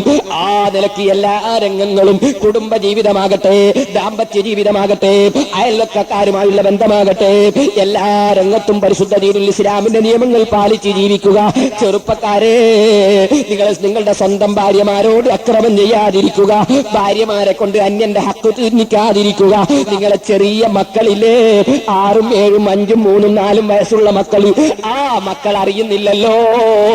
നീ അന്യനോട് കടം വാങ്ങിയിട്ട് കൊടുക്കാതെ നീ സമ്പാദിച്ചുണ്ടാക്കി ഈ മക്കൾക്ക് ഭക്ഷണം കൊടുത്താൽ, നീ കച്ചവടം ചെയ്യുന്ന പീടികയിൽ നിന്ന് പാട്ടറായ മനുഷ്യന്റേത് നീ അറിയാതെ വലിച്ചെടുത്തിട്ട് ഈ മക്കൾക്ക് ഭക്ഷണം കൊടുത്താൽ, നീ ജോലി ചെയ്യുന്ന പീടികയിൽ നിന്ന് കട്ടെടുത്തിട്ട് ഭക്ഷണം കൊടുത്താൽ, നീ അതുപോലെ അന്യന്റെ ഹക്ക് കൊണ്ടുവന്ന് ഈ 2, 3, 4 വയസ്സുള്ള മക്കളെ തീറ്റിച്ചാൽ, ആ മക്കളുടെ ശരീരം നരകത്തിലേക്ക് പോകാൻ കാരണമാകാൻ സാധ്യതയില്ലേ? ഈ ചെറിയ മക്കളോട് നീ അക്രമം ചെയ്യുന്നത് എന്തിനാണ്? സ്വന്തം മക്കളെ ആഖിറം നഷ്ടപ്പെടുത്തുന്നത് എന്തിനാണ്? ഹക്കിനെ പേടിച്ചു ജീവിക്കൂ സഹോദരന്മാരെ. ജീവിതത്തിന്റെ സർവ്വരംഗത്തും അള്ളാഹുവിനെ ഭയപ്പെട്ട് ജീവിക്കാൻ ശ്രമിക്കുക. നിസ്കാരം പോലുള്ള ഇബാദത്തുകൾ സമയം തെറ്റാതെ കൃത്യമായി തഖ്വയോടെ ഖുശൂഅോടെ നിർവഹിക്കാൻ ശ്രമിക്കുക. അള്ളാഹുവിന്റെ സാലിഹീകളെ സ്നേഹിക്കുക, ഔലിയാക്കളെ ആദരിക്കുക. സർവ്വനിലക്കും അള്ളാഹുവിന്റെ ഹബീബായ മുഹമ്മദുർ റസൂലുള്ളാഹി സല്ലല്ലാഹു അലൈഹി വസല്ലമ തങ്ങളെ പ്രിയം വെക്കുക. മഹാനായ അഷ്റഫുൽ ഖൽഖ് ത്വാഹ മുഹമ്മദുർ റസൂലുള്ളാഹി മുഹമ്മദുൻ സയ്യിദുൽ കൗനൈനി വസ്സഖലൈനി വൽ ഫരീഖൈനി മിൻ ഉർബി വമിൻ അജമി തമദ്ദതുൻ ശറഫി നബിഹിം വകുൽ ബിമശി തമദ് ഹംഫിഹി വഹതകീമി മൗലായ സല്ലി വസല്ലം ദായിമൻ അബദാ അലാ ഹബീബിക ഖൈറുൽ ഖൽഖി കുല്ലിഹിം. നിങ്ങളൊക്കെ സുന്നത്ത് ജമാഅത്തിന്റെ ഖാദിമീങ്ങളാണെന്ന് ഞാൻ മനസ്സിലാക്കുന്നു. ഇവിടെ കല്ലൂരാവിയിൽ സുന്നികളെ ഉള്ളൂ. തെറ്റിദ്ധരിച്ചു പോയ ആരെങ്കിലും ഉണ്ടെങ്കിൽ അള്ളാഹു അവർക്കെല്ലാം അവരുടെ തെറ്റിദ്ധാരണകൾ തിരുത്തിക്കൊടുക്കുമാറാകട്ടെ. സുന്നത്ത് ജമാഅത്തിൽ വിശ്വസിക്കുന്ന ആളുകളുടെ ഏറ്റവും വലിയ ശിആർ അഷ്റഫുൽ ഖൽഖ് മുഹമ്മദുർ റസൂലുള്ളാഹി സല്ലല്ലാഹു അലൈഹി വസല്ലം തങ്ങളെ സ്നേഹിക്കലാണ്. സ്നേഹിക്കാതെ ഒരാൾക്കും മുസ്ലിമായി ജീവിക്കാൻ സാധ്യമല്ല. നബി സല്ലല്ലാഹു അലൈഹി വസല്ലം തങ്ങളോടുള്ള സ്നേഹം പ്രകടിപ്പിക്കാൻ വേണ്ടി നിങ്ങൾ നോക്കൂ, നിസ്കാരത്തിൽ വരെ അള്ളാഹുവിന്റെ റസൂലിന് കാഴ്ചവെക്കണം. റസൂലുള്ളാഹിനെ വിളിച്ച് സലാം പറയണം. അസ്സലാമു അലൈക അയ്യുഹൻ നബിയ്യു എന്ന് റസൂലുള്ളാഹിനെ വിളിച്ച് സലാം പറയണം. സലാം പറയാന്ന് പറഞ്ഞാൽ ഞാനൊരാഴ്ച മുമ്പ് മലപ്പുറം ജില്ലയിൽ ഒരു വയലിന് പോയി, ഒരു മദ്രസ ഉദ്ഘാടനത്തിന്റെ വയലിന് പോയി. അപ്പൊ അവിടെ നോക്കുമ്പോൾ സുന്നികൾക്ക് മദ്രസ ഇല്ലാത്തൊരു സ്ഥലമാണ്. അങ്ങനെ അവിടുന്ന് മൊയ്തീൻകുട്ടി ഹാജി എന്ന് പറയുന്ന ഒരാളുണ്ട്, അബുദാബിയിൽക്കാരൻ. അദ്ദേഹത്തിന്റെ ജ്യേഷ്ഠന്റെ മക്കൾ പഠിക്കുന്ന പുസ്തകം മുജാഹിദിന്റെ പുതിയ ബുക്ക് എന്റെ കൈ കൊണ്ട് തന്നു. ഞാൻ കുറെ കാലമായിട്ട് നേരെ ഇല്ലാത്തതുകൊണ്ട് വായിക്കില്ല. അങ്ങനെ അത് വായിച്ചു. അവിടുന്ന് വായിച്ചു. അയാൾ വീട്ടിൽ ഭക്ഷണം കഴിച്ചിട്ട് വായിച്ചു. അപ്പൊ ആ പുസ്തകത്തിൽ പറയുന്നത്, ആകാശവും ഭൂമിയൊക്കെ നിയന്ത്രിക്കുന്നവൻ അള്ളാഹുവാണ്, വാഹനം നിയന്ത്രിക്കുന്നതോ അത് മനുഷ്യന്മാരാണ്. മുജാഹിദിന്റെ മദ്രസയിലെ ബുക്കിൽ പഠിപ്പിക്കുകയാണ്. എന്തൊരു മുസീബത്താണ്. അപ്പൊ പഠിച്ചോല് കുറെ കൂറുകാർ, കുറെ ഡ്രൈവർമാർക്ക് അള്ളാന്റെ കൂറുകാർ നിയന്ത്രിക്കുന്ന വിഷയത്തിൽ. ഇന്നാ ലില്ലാഹി വ ഇന്നാ ഇലൈഹി റാജിഊൻ. സഹോദരന്മാരെ, വാഹനം നിയന്ത്രിക്കുന്നതും ആകാശം നിയന്ത്രിക്കുന്നതും ഭൂമി നിയന്ത്രിക്കുന്നതും, എന്തിനധികം പറയണം, എന്റെ ഈ ചെറിയ വിരൽ നിയന്ത്രിക്കുന്നതും ഒരു ചെറിയ രോമം നിയന്ത്രിക്കുന്നതും എല്ലാം അർഹമുർ റഹീബിനായ റബ്ബ് തന്നെ. അതുകൊണ്ടല്ലേ ആക്സിഡന്റ് ഉണ്ടാകണമെന്ന് മനസ്സിലാക്കി ഒരു ഡ്രൈവറും വണ്ടി ഓട്ടുന്നില്ല, പക്ഷേ ആക്സിഡന്റ് ഉണ്ടാകുന്നു. കാരണം ഇവന്റെ നിയന്ത്രണത്തിലല്ല, ഇവൻ വിചാരിക്കാത്ത രൂപത്തിൽ ആക്സിഡന്റ് ഉണ്ടാകുന്നു. നിയന്ത്രണം ഇവന്റെ കയ്യിലല്ല, അത് മറ്റൊരാളെ കയ്യിലാണ്. തീരുമാനിച്ചത് നടക്കാതിരിക്കില്ല. സഹോദരന്മാരെ, വാഹനത്തിൽ കയറിയാൽ സുബ്ഹാനല്ലദീ സഖറ ലനാ ഹാദാ വമാ കുന്നാ ലഹു മുഖ്രിനീൻ, ഇതിനെ നമുക്ക് പാകപ്പെടുത്തി തന്ന അല്ലാഹു പരിശുദ്ധനാണെന്ന് അറിയിക്കുന്ന ദിക്ർ ചൊല്ലുന്നു. നമ്മളുടെ നിയന്ത്രണത്തിലല്ല, അല്ലാഹു നമുക്ക് തന്ന നിയന്ത്രണങ്ങളല്ലാതെ, അവൻ തന്നുകൊണ്ടിരിക്കുന്ന അധികാരങ്ങളല്ലാതെ ഒരധികാരവും ഒരു നിയന്ത്രണവും ഒരാളെ കയ്യിലുമില്ല. അഷ്റഫുൽ ഖൽഖ് മുഹമ്മദുർ റസൂലുള്ളാഹി സല്ലല്ലാഹു അലൈഹി വസല്ലമ തങ്ങളോടുള്ള സ്നേഹം നമ്മുടെ ഖൽബിൽ ഊട്ടിയുറപ്പിക്കണം. എല്ലാം നിയന്ത്രിക്കുന്നവൻ അല്ലാഹുവാണ്. അവൻ കൊടുക്കുന്ന അധികാരങ്ങളും കൊടുക്കുന്ന നിയന്ത്രണങ്ങളും അല്ലാതെ ഒരാൾക്കും ഒരു അധികാരവും നിയന്ത്രണവും ഇല്ല. അഷ്റഫുൽ ഖൽഖ് സല്ലല്ലാഹു അലൈഹി വസല്ലം അല്ലാഹുവിന്റെ ഹബീബാണ്. ഹബീബായ നബിയെ ഏറ്റവും പ്രിയം വെക്കുന്നവനാരോ അവനാണ് അല്ലാഹുവിങ്കൽ സ്നേഹിക്കപ്പെടുന്നവൻ.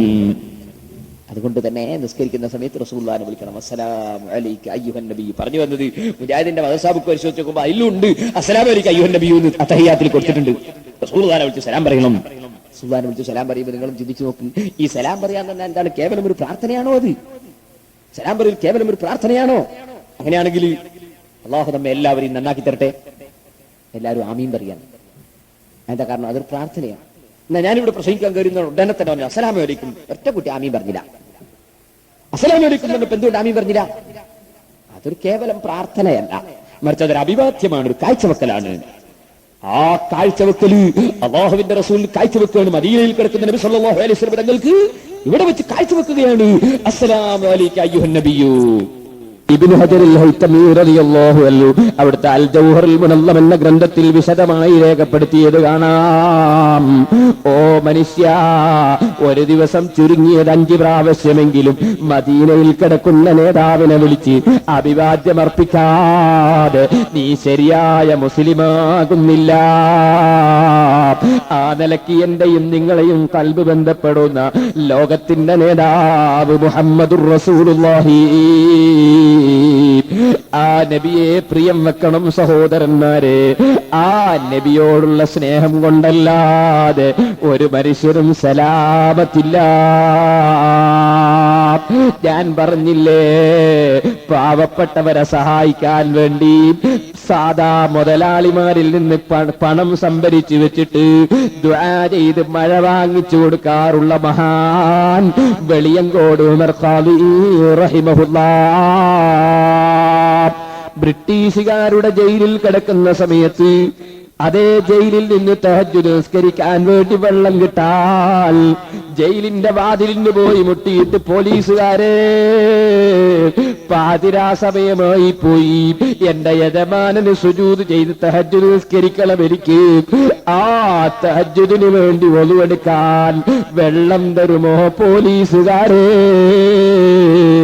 പോലീസുകാരോട് ചോദിച്ച് പോലീസുകാര് വെള്ളം കൊണ്ട് കൊടുത്തപ്പോ ജയിലിന്റെ ഉള്ളിൽ നിന്ന് ആ വെള്ളം കൊണ്ട് ഒളുവെടുത്ത് തഹജ്ജുദ് നിസ്കാരം ജയിലിന്റെ ഉള്ളിൽ വെച്ച് നിർവഹിക്കുന്നു. ആ നിർവഹിക്കുന്നത് കണ്ടപ്പോ ജയില് പൂട്ടിയിട്ട് താക്കോലുമെടുത്ത് പുറത്തുപോയി കാവൽ നിന്ന പോലീസുകാർ പിറ്റേ ദിവസം നേരം വെളുത്തിട്ട് അവരെ കയ്യിലെ താക്കോല് കൊണ്ട് ജയില് തുറന്നു നോക്കുമ്പോ ഉമർ ഖാദിയെ ജയിലിൽ കാണുന്നില്ല.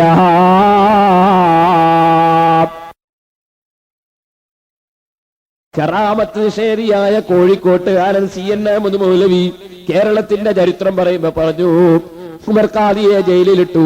ജയിലിൽ നിന്ന് ഉമർ ഖാദി അത്ഭുതകരമായി രക്ഷപ്പെട്ടു. അതിന്റെ പേരാസാറേ കറാമത്ത് എന്ന് പറയുന്നത്. ഉമർ ഖാദി ജയിലിൽ നിന്ന് രക്ഷപ്പെട്ട് ഖുർആനിൽ അല്ലാഹു പറഞ്ഞില്ലേ, വമയ്യത്തഖില്ലാഹ യജ്അൽ ലഹു മഖ്റജാ. തഖ്വ ചെയ്തവർക്ക് പുറപ്പെട്ടു പോകാനുള്ള വഴി അല്ലാഹു ആക്കി കൊടുക്കുമെന്ന് ഖുർആനിലില്ലേ. അല്ലാഹു കൊടുത്ത വഴിയാണ്. ഇരിക്കട്ടെ സഹോദരന്മാരെ, ആ ഉമർ ഖാദി റഹിമഹുല്ലാഹ് വലിയ വലിയ കറാമത്ത് കണ്ട മഹാൻ, പാതിരക്ക് തഹജ്ജുദ് നിസ്കാരം നിർവഹിച്ച മഹാൻ, സുന്നത്തുകൾ ജീവിതത്തിൽ പകർത്തിയ മഹാൻ. പക്ഷേ വെളിയങ്കോട്ടി ഇരുന്നിട്ട് സമാധാനമില്ല, മദീനയിലെത്താതെ നിവൃത്തിയില്ല, മക്കയിലേക്ക് ഹജ്ജും ഉംറയും ചെയ്യാതെ പോകാതെ നിവൃത്തിയില്ല. മദീനയിൽ അല്ലാഹുവിന്റെ റസൂലിന്റെ അനുഗ്രഹവും പ്രതീക്ഷിച്ച് മദീനയിലേക്ക് സലാത്തും ചൊല്ലിപ്പോയി. റൗളാ ശരീഫിന്റെ സമീപത്തങ്ങെത്തുമ്പോ ഇത് വെളിയങ്കോട്ട ഖാദിയാണ്, വലിയ പവറുള്ള ജനങ്ങൾ ആദരിക്കുന്ന മഹാനാണ്, തഹജ്ജുദ് ജയിലിൽ നിന്ന് നിസ്കരിച്ച ആളാണ്. ഒരിക്കലും തന്നെ റബ്ബ് സുബ്ഹാനഹു വ തആലയോട് വേണമെന്ന് വിചാരിച്ച് ചോദിച്ചാൽ ഉത്തരം കൊടുത്ത സംഭവങ്ങളല്ലാതെ തിരിച്ചൊന്ന് കേട്ടിട്ടില്ല. അറിയില്ലേ നിങ്ങൾക്ക്, പൊന്നാനിയിലും വെളിയങ്കോട്ടും 2 ദിവസം നോമ്പായി പറഞ്ഞാല് വെളിയങ്കോട്ട് മാസം കണ്ട് ഉമർ ഖാദിന്റെ അടുത്ത് വന്ന് സാക്ഷി നിന്നപ്പോ ഉമർ ഖാദിക്ക് ബോധ്യപ്പെട്ട് നാളെ നോമ്പാണ് എന്ന് ഉറപ്പിച്ച്, റമദാൻ ഒന്നായിട്ട് ഉറപ്പിച്ച്. എന്റെ നേരെ ഇക്കരെയാണ് പൊന്നാനി. പൊന്നാനി ഖാദിക്ക് ബോധ്യപ്പെട്ടില്ല, പൊന്നാനി ഖാദി ഉറപ്പിച്ചതുമില്ല. അങ്ങനെ ഉണ്ട് ചിലപ്പോ അക്കര പെരുന്നാളും ഇക്കര പെരുന്നാളില്ലാണ്ട് ആലുണ്ടല്ലോ. അങ്ങനെ പൊന്നാനി ഇക്കരെയാണ്, അക്കര വെളിയങ്കോടാണ്. പക്ഷേ പൊന്നാനി പള്ളിയിൽ റമദാൻ മാസം ലാസ്റ്റ് 10 ദിവസം ഉമർ ഖാദിന്റെ വയലുണ്ടാവും. സാധാരണ പതിവാണ്. ഇക്കൊല്ലത്തെ വയലിന് മൂപ്പരെ വിളിക്കണോ വേണ്ടേ? കാരണം മൂപ്പര് മാസം ഉറപ്പിച്ച് ഒരു ദിവസം മുമ്പാ. പൊന്നാനി ഖാദി പറയുന്നു ഇക്കൊല്ലം മൂപ്പരെ വിളിക്കണം. അത് ഞങ്ങൾക്ക് എനിക്ക് ബോധ്യപ്പെട്ടവരെ എനിക്ക് വിരിക്കാൻ പറ്റുള്ളൂ, അയാൾക്ക് ബോധ്യപ്പെട്ടവരെ അയാൾക്ക് വിരിക്കാൻ പറ്റുള്ളൂ. സംഗതി അത് ദീനിന്റെ നിയമമാണ്, ഞങ്ങൾക്ക് അതിലൊന്നും ചെയ്യാൻ പറ്റൂല. ബോധ്യപ്പെട്ട ഖാദി വിരിക്കണം, ബോധ്യപ്പെടാത്ത ഖാദി വിരിക്കണ്ട. ദീനിൽ അഡ്ജസ്റ്റ്മെന്റ് പറ്റൂല. അപ്പോ ഉമർ ഖാദിനെ തന്നെ വയലിന് വിളിച്ചു. പൊന്നാനി വന്ന് വയൽ തുടങ്ങി. റമദാൻ അവസാനത്തെ 10 വയൽ തുടങ്ങി. വിത്തിരി എഴുതിയിട്ട് റസൂലുള്ളാഹിന്റെ മദ്ഹ് പറഞ്ഞിട്ടുള്ള വയലാണ്. വയലിങ്ങനെ പറഞ്ഞ് റമദാൻ 29 കഴിഞ്ഞ് 30 വെളിയങ്കോട്ട് 30. അപ്പോ പൊന്നാനി 29. പൊന്നാനി ആളുകൾ നോക്കിയിട്ട് മാസോട്ട് കണ്ടതുമില്ല. ഉമർ ഖാദിക്ക് 30 തികയും ചെയ്തു. എന്താ ചെയ്യാ? മഗ്‌രിബ് നിസ്കരിച്ച് ഉമർ ഖാദി അല്ലാഹു അക്ബർ അല്ലാഹു അക്ബർ അല്ലാഹു അക്ബർ പൊന്നാനി പള്ളിയിൽ തക്ബീർ തുടങ്ങി. അപ്പൊ പൊന്നാനി പള്ളിയിൽ 2 നാള് ഖാദിയാരങ്ങനെ ഇവിടുന്ന് തക്ബീറില്ല, അക്കരെ പോയി ചെല്ലാന്നല്ലാതെ. ഇവിടെ 29 മാസം കാണാതെ തക്ബീറില്ലാൻ പാടോ? സംഗതി ന്യായമാണ്. പറഞ്ഞത് ശരിയല്ലേ? ഇവിടെ 29 അക്കരല്ലേ 30. ഇവിടുന്ന് അങ്ങനെ തക്ബീറില്ല. ന്യായം ആര് പറഞ്ഞാലും സ്വീകരിക്കട്ടെ. ഖാദിയാന്ന് വിചാരിച്ച് ഇരിക്കാൻ പറ്റുമോ? ഉമർ ഖാദി റഹ്മത്തുള്ളാഹി അലൈഹി തങ്ങൾ ചെയ്തു. പറഞ്ഞ ന്യായമാണെന്ന് മൂപ്പർക്കറിയാം. ഉടനെ തന്നെ പള്ളിന്ന് പറഞ്ഞു, ജനങ്ങളെ ഞാന് മാസം കാണാതെ പൊന്നാനി തക്ബീറില്ല ഞങ്ങൾ പറയുന്നത്, നിങ്ങൾ എല്ലാവരും കൂടി ഒന്ന് മുറ്റത്തേക്ക് ഇറങ്ങുമെന്നാണ്. എല്ലാരും കൂട്ടി ഇറക്കി. ഉമർ ഖാദി ഇറങ്ങി. മുറ്റത്തിറങ്ങിയിട്ട് തന്നെ എല്ലാവരും ഒന്ന് മേൽപോട്ടൊക്കെ നോക്കുമ്പോ എല്ലാരും കാണുന്ന മാസം, പൊന്നാനിക്കാര് മുഴുവൻ കാണുന്ന മാസം. ഇനി നമ്മൾ എല്ലാവരും കൂടി ഒന്നായിട്ട് ചെല്ലല്ലേ? അല്ലാഹു അക്ബർ അല്ലാഹു അക്ബർ അല്ലാഹു അക്ബർ. പൊന്നാനിയെ പ്രകമ്പനം കൊള്ളിച്ച തക്ബീർ തന്നെ ആ ഉമർ ഖാദി റഹ്മത്തുള്ളാഹി അലൈഹി. സഹോദരന്മാരെ, അല്ലാഹുവിന്റെ റൗളാ ശരീഫിന്റെ സമീപത്ത് ചെല്ലുമ്പോ വളരെ താഴ്മയോടുകൂടി, വളരെ ബഹുമാനത്തോടുകൂടി അഷ്റഫുൽ ഖൽഖ് സല്ലല്ലാഹു അലൈഹി വസല്ലമ തങ്ങളെ സമീപത്ത് എന്നിട്ട് വിളിക്കുന്ന യാ അക്റമൽ ഖുറമ അലാ അതാബികും ഉമറുൽ ഫഖീറുൽ മുർതജി ലിജനാബികും യർജുൽ ലഖാഅ അലൽ ബുകാഇ ബിബാബികും വദ്ദമഉ മിൻ عينيه سال سجيما. ഓ നേതാക്കൾക്ക് നേതാവായ നബിയെ, ഔദാര്യം കൊടുക്കുന്ന നബിയെ, വെളിയങ്കോട്ടുകാരൻ ഫക്കീറായ ഉമറുണ്ടല്ലോ, തങ്ങളെ പടിവാതിൽക്കൽ വന്നിട്ടുണ്ട് നബിയേ. വന്നു നിൽക്കുന്ന വെളിയങ്കോട്ടുകാരൻ തങ്ങളുടെ പടിവാതിൽക്കൽ വെച്ച് കരയുകയാണ് നബിയേ. കരയുന്നത് എന്തിന്?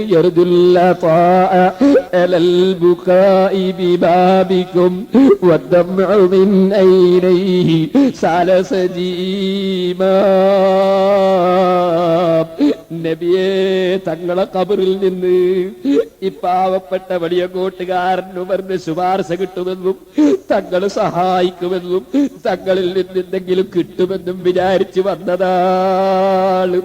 നേതാവിന്റെ സമീപത്ത്, പ്രിയപ്പെട്ട നേതാവിന്റെ സമീപത്ത് അനുയായിയായ ഫഖീറായ വെളിയങ്കോട്ടുകാരൻ വന്നാൽ റഹ്മത്ത് തരാതെ, കാരുണ്യം തരാതെ, റെക്കമെന്റ് ചെയ്യാതെ തിരിച്ചയക്കുകയില്ലെന്ന പ്രതീക്ഷയിൽ വന്നിട്ട് തങ്ങളെ മുന്നിൽ വെച്ച് കരയുകയാണ് നബിയേ.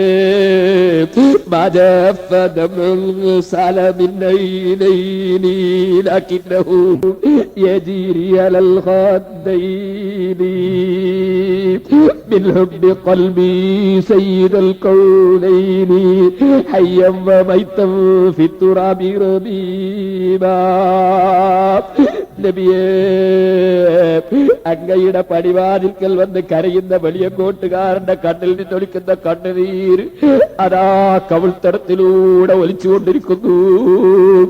വറ്റിയിട്ടില്ല, കണ്ണുനീര് വറ്റിയിട്ടില്ല, ഒലിച്ചുകൊണ്ടിരിക്കുന്നു നബിയേ. എന്റെ കവിൾത്തടത്തൂടെ ഒലിക്കുന്നു നബിയേ. വെറുതെയല്ല.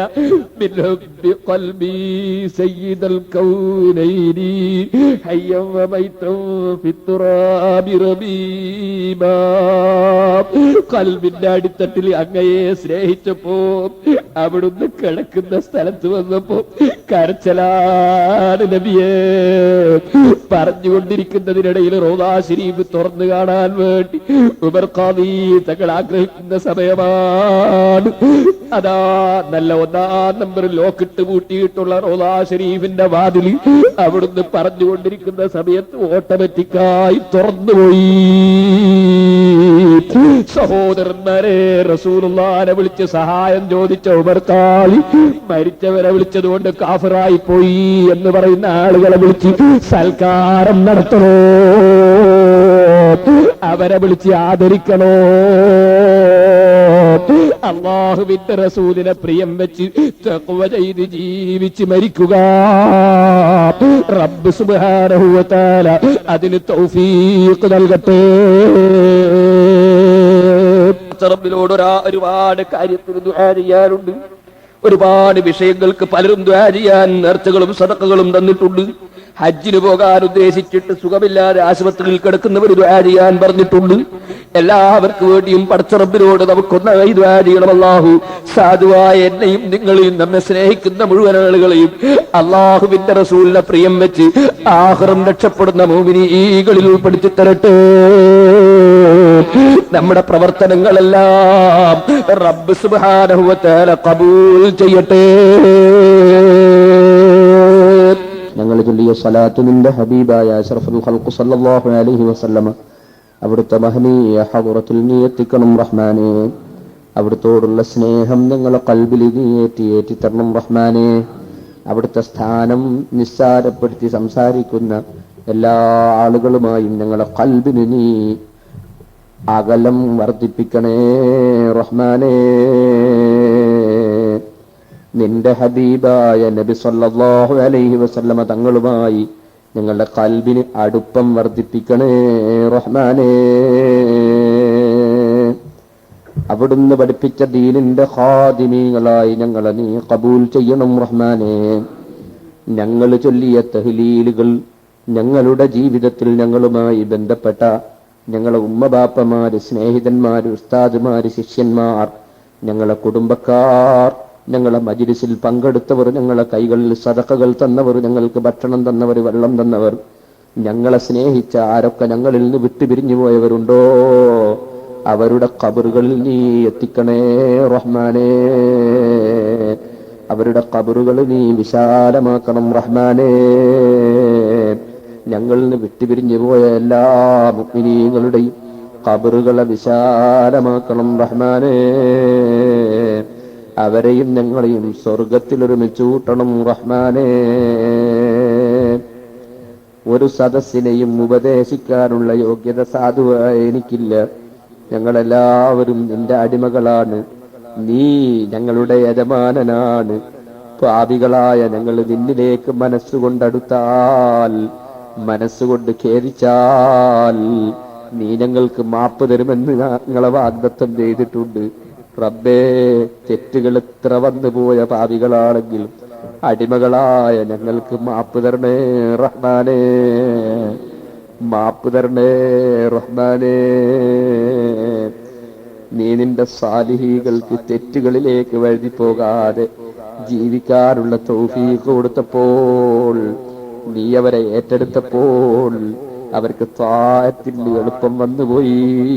തെറ്റുകൾ ഒഴിച്ചുകൊണ്ടുള്ള ജീവിതത്തിൽ അവർക്ക് നീ പ്രത്യേകം തൗഫീഖ് കൊടുത്തുപോയി. ഞങ്ങളെ നീ ഏറ്റെടുക്കണം റഹ്മാനേ. ഞങ്ങളെ നീ ശുദ്ധീകരിക്കണം റഹ്മാനേ.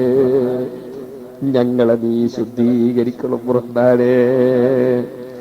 തെറ്റുകളിൽ നിന്ന് മാറി നിന്ന് ജീവിക്കാൻ നീ ഭാഗ്യം തരണം റഹ്മാനേ.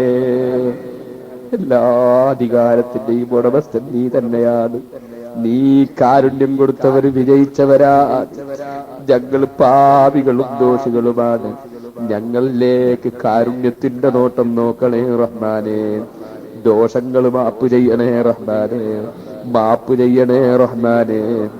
സാലിഹീങ്ങളെ സ്നേഹിച്ച ഞങ്ങളെ നീ തള്ളിക്കളയരുത് റഹ്മാനേ. ഞങ്ങൾക്ക് നല്ലതിന് തൗഫീഖ് തരണം റഹ്മാനേ. മോശമായതൊക്കെ ഞങ്ങളുടെ ജീവിതത്തിൽ നിന്ന് അകറ്റാനുള്ള ഭാഗ്യം തരണം റഹ്മാനേ. ഞങ്ങൾക്ക് നാഫിയായ ഇൽമിനെ തരണം റഹ്മാനേ. അർഹമുർ റഹീമീനായ റബ്ബേ, ഈ നാട്ടിലും ഇതിന്റെ പരിസരങ്ങളിലും എല്ലാ മുഅ്മിനീങ്ങൾക്കും ഞങ്ങളുടെ സുന്നത്ത് ജമാഅത്തിൽ വിശ്വസിക്കുന്ന സർവ്വ ജമാഅത്തുകളിലും നീ ബറക്കത്ത് നൽകണേ റഹ്മാനേ. സുന്നത്ത് ജമാഅത്തിൽ വിശ്വസിക്കുന്ന സർവ്വ ആലിമീകൾക്കും മുതഅല്ലിമീകൾക്കും മുഅ്മിനീകൾക്കും നീ ദീർഘായുസ്സും ആഫിയത്തും നൽകണേ റഹ്മാനേ. സുന്നത്ത് ജമാഅത്തിൽ വിശ്വസിക്കുന്ന സർവ്വ ആലിമീകളെയും മുതഅല്ലിമീകളെയും മുഅ്മിനീകളെയും നീ ഹക്കിന്റെ മേൽ യോജിപ്പിക്കണേ റഹ്മാനേ. അർഹമുർ റഹീമീനായ അൽ മലിക്കുൽ ജബ്ബാറായ രാജസയ്യിദായ റഹ്മാനേ, ഈ മജ്ലിസിൽ എന്തെല്ലാം ഉദ്ദേശങ്ങളുള്ളവരുണ്ട്. ഞങ്ങൾ നടത്തുന്ന സ്ഥാപനങ്ങളിലേക്ക് നേർച്ചകളും സദഖകളും തന്നവരിൽ ആരൊക്കെയുണ്ട്, എന്തെല്ലാം ലക്ഷ്യമുള്ളവരുണ്ട്. റബ്ബേ, എല്ലാവർക്കും കൊടുത്താൽ തീരാത്ത ഖജനാവിന്റെ ഉടമസ്ഥനും എല്ലാവർക്കും കാരുണ്യം ചെയ്താൽ ആരും ചോദ്യം ചെയ്യാനില്ലാത്ത അധികാരിയുമായ നിന്നിലേക്ക് ഞങ്ങൾ കൈ ഉയർത്തുന്നു റഹ്മാനേ. ഏതൊരുദ്ദേശം ആരുടെ കൽബിലുണ്ടോ, ഖൈറായത് ഹലാലായത് നീ നിറവേറ്റി തരണം റഹ്മാനേ, നീ നിറവേറ്റി കൊടുക്കണം റഹ്മാനേ. രോഗികളെ രോഗങ്ങൾ സുഖപ്പെടുത്തണം റഹ്മാനേ. കണ്ണിന് കാഴ്ചയില്ലാത്ത മക്കളുമായി വന്നവരുണ്ട്, കണ്ണിന്റെ കാഴ്ചക്ക് പ്രയാസമുള്ളവരുണ്ട്, നീ പരിഹരിച്ചു കൊടുക്കണം റഹ്മാനേ. സംസാരിക്കാൻ കഴിയാത്ത മക്കളെ ഞങ്ങളുടെ മുന്നിൽ കൊണ്ടുവന്ന് സങ്കടം പറഞ്ഞവരുണ്ട്, നീ അവർക്ക് സംസാരശേഷി നൽകണം റഹ്മാനേ. റബ്ബേ, മന്ദബുദ്ധിയുള്ള മക്കളെ കുറിച്ച് പറഞ്ഞവരുണ്ട്, നീ പൂർണ്ണമായ അഖല് നൽകണം റഹ്മാനേ. ഞങ്ങളെല്ലാവരുടെയും മക്കളെ സാലിഹീകളാക്കി തരണം റഹ്മാനേ. ഖൈറായ മക്കളില്ലാത്തവർക്ക് ഓശാരം നൽകണം റഹ്മാനേ. ഗർഭിണികൾക്ക് സുഖപ്രസവം നൽകണം റഹ്മാനേ. രോഗികളെ സർവ്വ രോഗങ്ങളും സുഖപ്പെടുത്തണം റഹ്മാനേ. ഞങ്ങളെ രോഗങ്ങളും സുഖപ്പെടുത്തണം റഹ്മാനേ. ഞങ്ങളെ കയ്യിൽ ഒരധികാരവുമില്ല, ഒരു ഈർക്കിലി കഷ്ടപ്പെടുത്തി വെക്കാനുള്ള കഴിവ് ഞങ്ങൾ ഇല്ല. എല്ലാറ്റിനും കഴിയുന്ന നീ ഉദ്ദേശിച്ച ഉദ്ദേശങ്ങൾ സർവ്വ മുഅ്മിനീകൾക്കും പൂർത്തീകരിക്കണം റഹ്മാനേ. വിവാഹപ്രായമെത്തിയ ആൺകുട്ടികൾക്കും പെൺകുട്ടികൾക്കും ഖൈറായ ഇണകളെ നൽകണം റഹ്മാനേ. ദുന്യാവിന് സ്ഥാനം കൽപ്പിക്കുന്നതിന് പകരം ദീനിനെ സ്ഥാനം കൽപ്പിക്കുന്ന വിധത്തിലുള്ള വിവാഹങ്ങൾക്ക് തൗഫീഖ് നൽകണം റഹ്മാനേ. ഞങ്ങളെല്ലാവർക്കും ഞങ്ങളെ ഭാര്യമാര്, സന്താനങ്ങൾ, കുടുംബക്കാര്, ഉസ്താദുമാര്, ശിഷ്യന്മാർ, ഞങ്ങളുമായി ബന്ധപ്പെട്ടവർ, സുന്നത്ത് ജമാഅത്തിന്റെ സംഘടനകൾക്ക് വേണ്ടി അധ്വാനിക്കുന്നവർ, സുന്നത്ത് ജമാഅത്തിന്റെ സ്ഥാപനങ്ങൾക്ക് വേണ്ടി അധ്വാനിക്കുന്നവർ ലോകത്തിന്റെ വിവിധ ഭാഗങ്ങളിലുണ്ട്. വിദേശ നാടുകളിൽ ഞങ്ങളെ പ്രവർത്തനങ്ങളോട് സഹകരിക്കുന്നവരുണ്ട്. എല്ലാവർക്കും നിന്റെ കാവല് നൽകണേ റഹ്മാനേ, നിന്റെ സഹായം നൽകണേ റഹ്മാനേ. ജോലികളിലും ബിസിനസ്സുകളിലും കൃഷികളിലും ആയുസ്സിലും സമയങ്ങളിലും എല്ലാം ബറക്കത്ത് ചെയ്യണേ റഹ്മാനേ. ജോലിയില്ലാത്തവർക്ക് ഖൈറായ ജോലി നൽകണേ റഹ്മാനേ.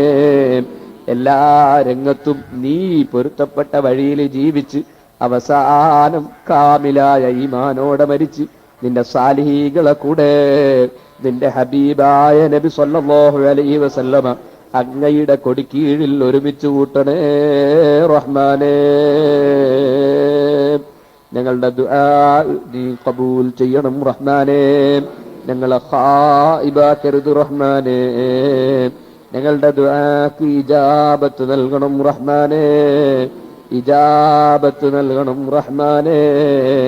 കിബ്ർ, ജിബ്രിയാ, ഹസദ്, അമൽ, ഹിർസ്, ശഹവത്ത്, ഖളബ്, ബിദ്അത്ത്, നിഫാഖ് തുടങ്ങിയ സർവരോഗങ്ങളിലും ഖൽബിനെ ശുദ്ധീകരിച്ച് മുതവാദികളായ തവ്വാബികളും മുതതഹിരീകളുമായ ആളുകളായി ഞങ്ങളെ നീ നിന്റെ ഹിസ്ബിൽ ചേർക്കണേ റഹ്മാനേ.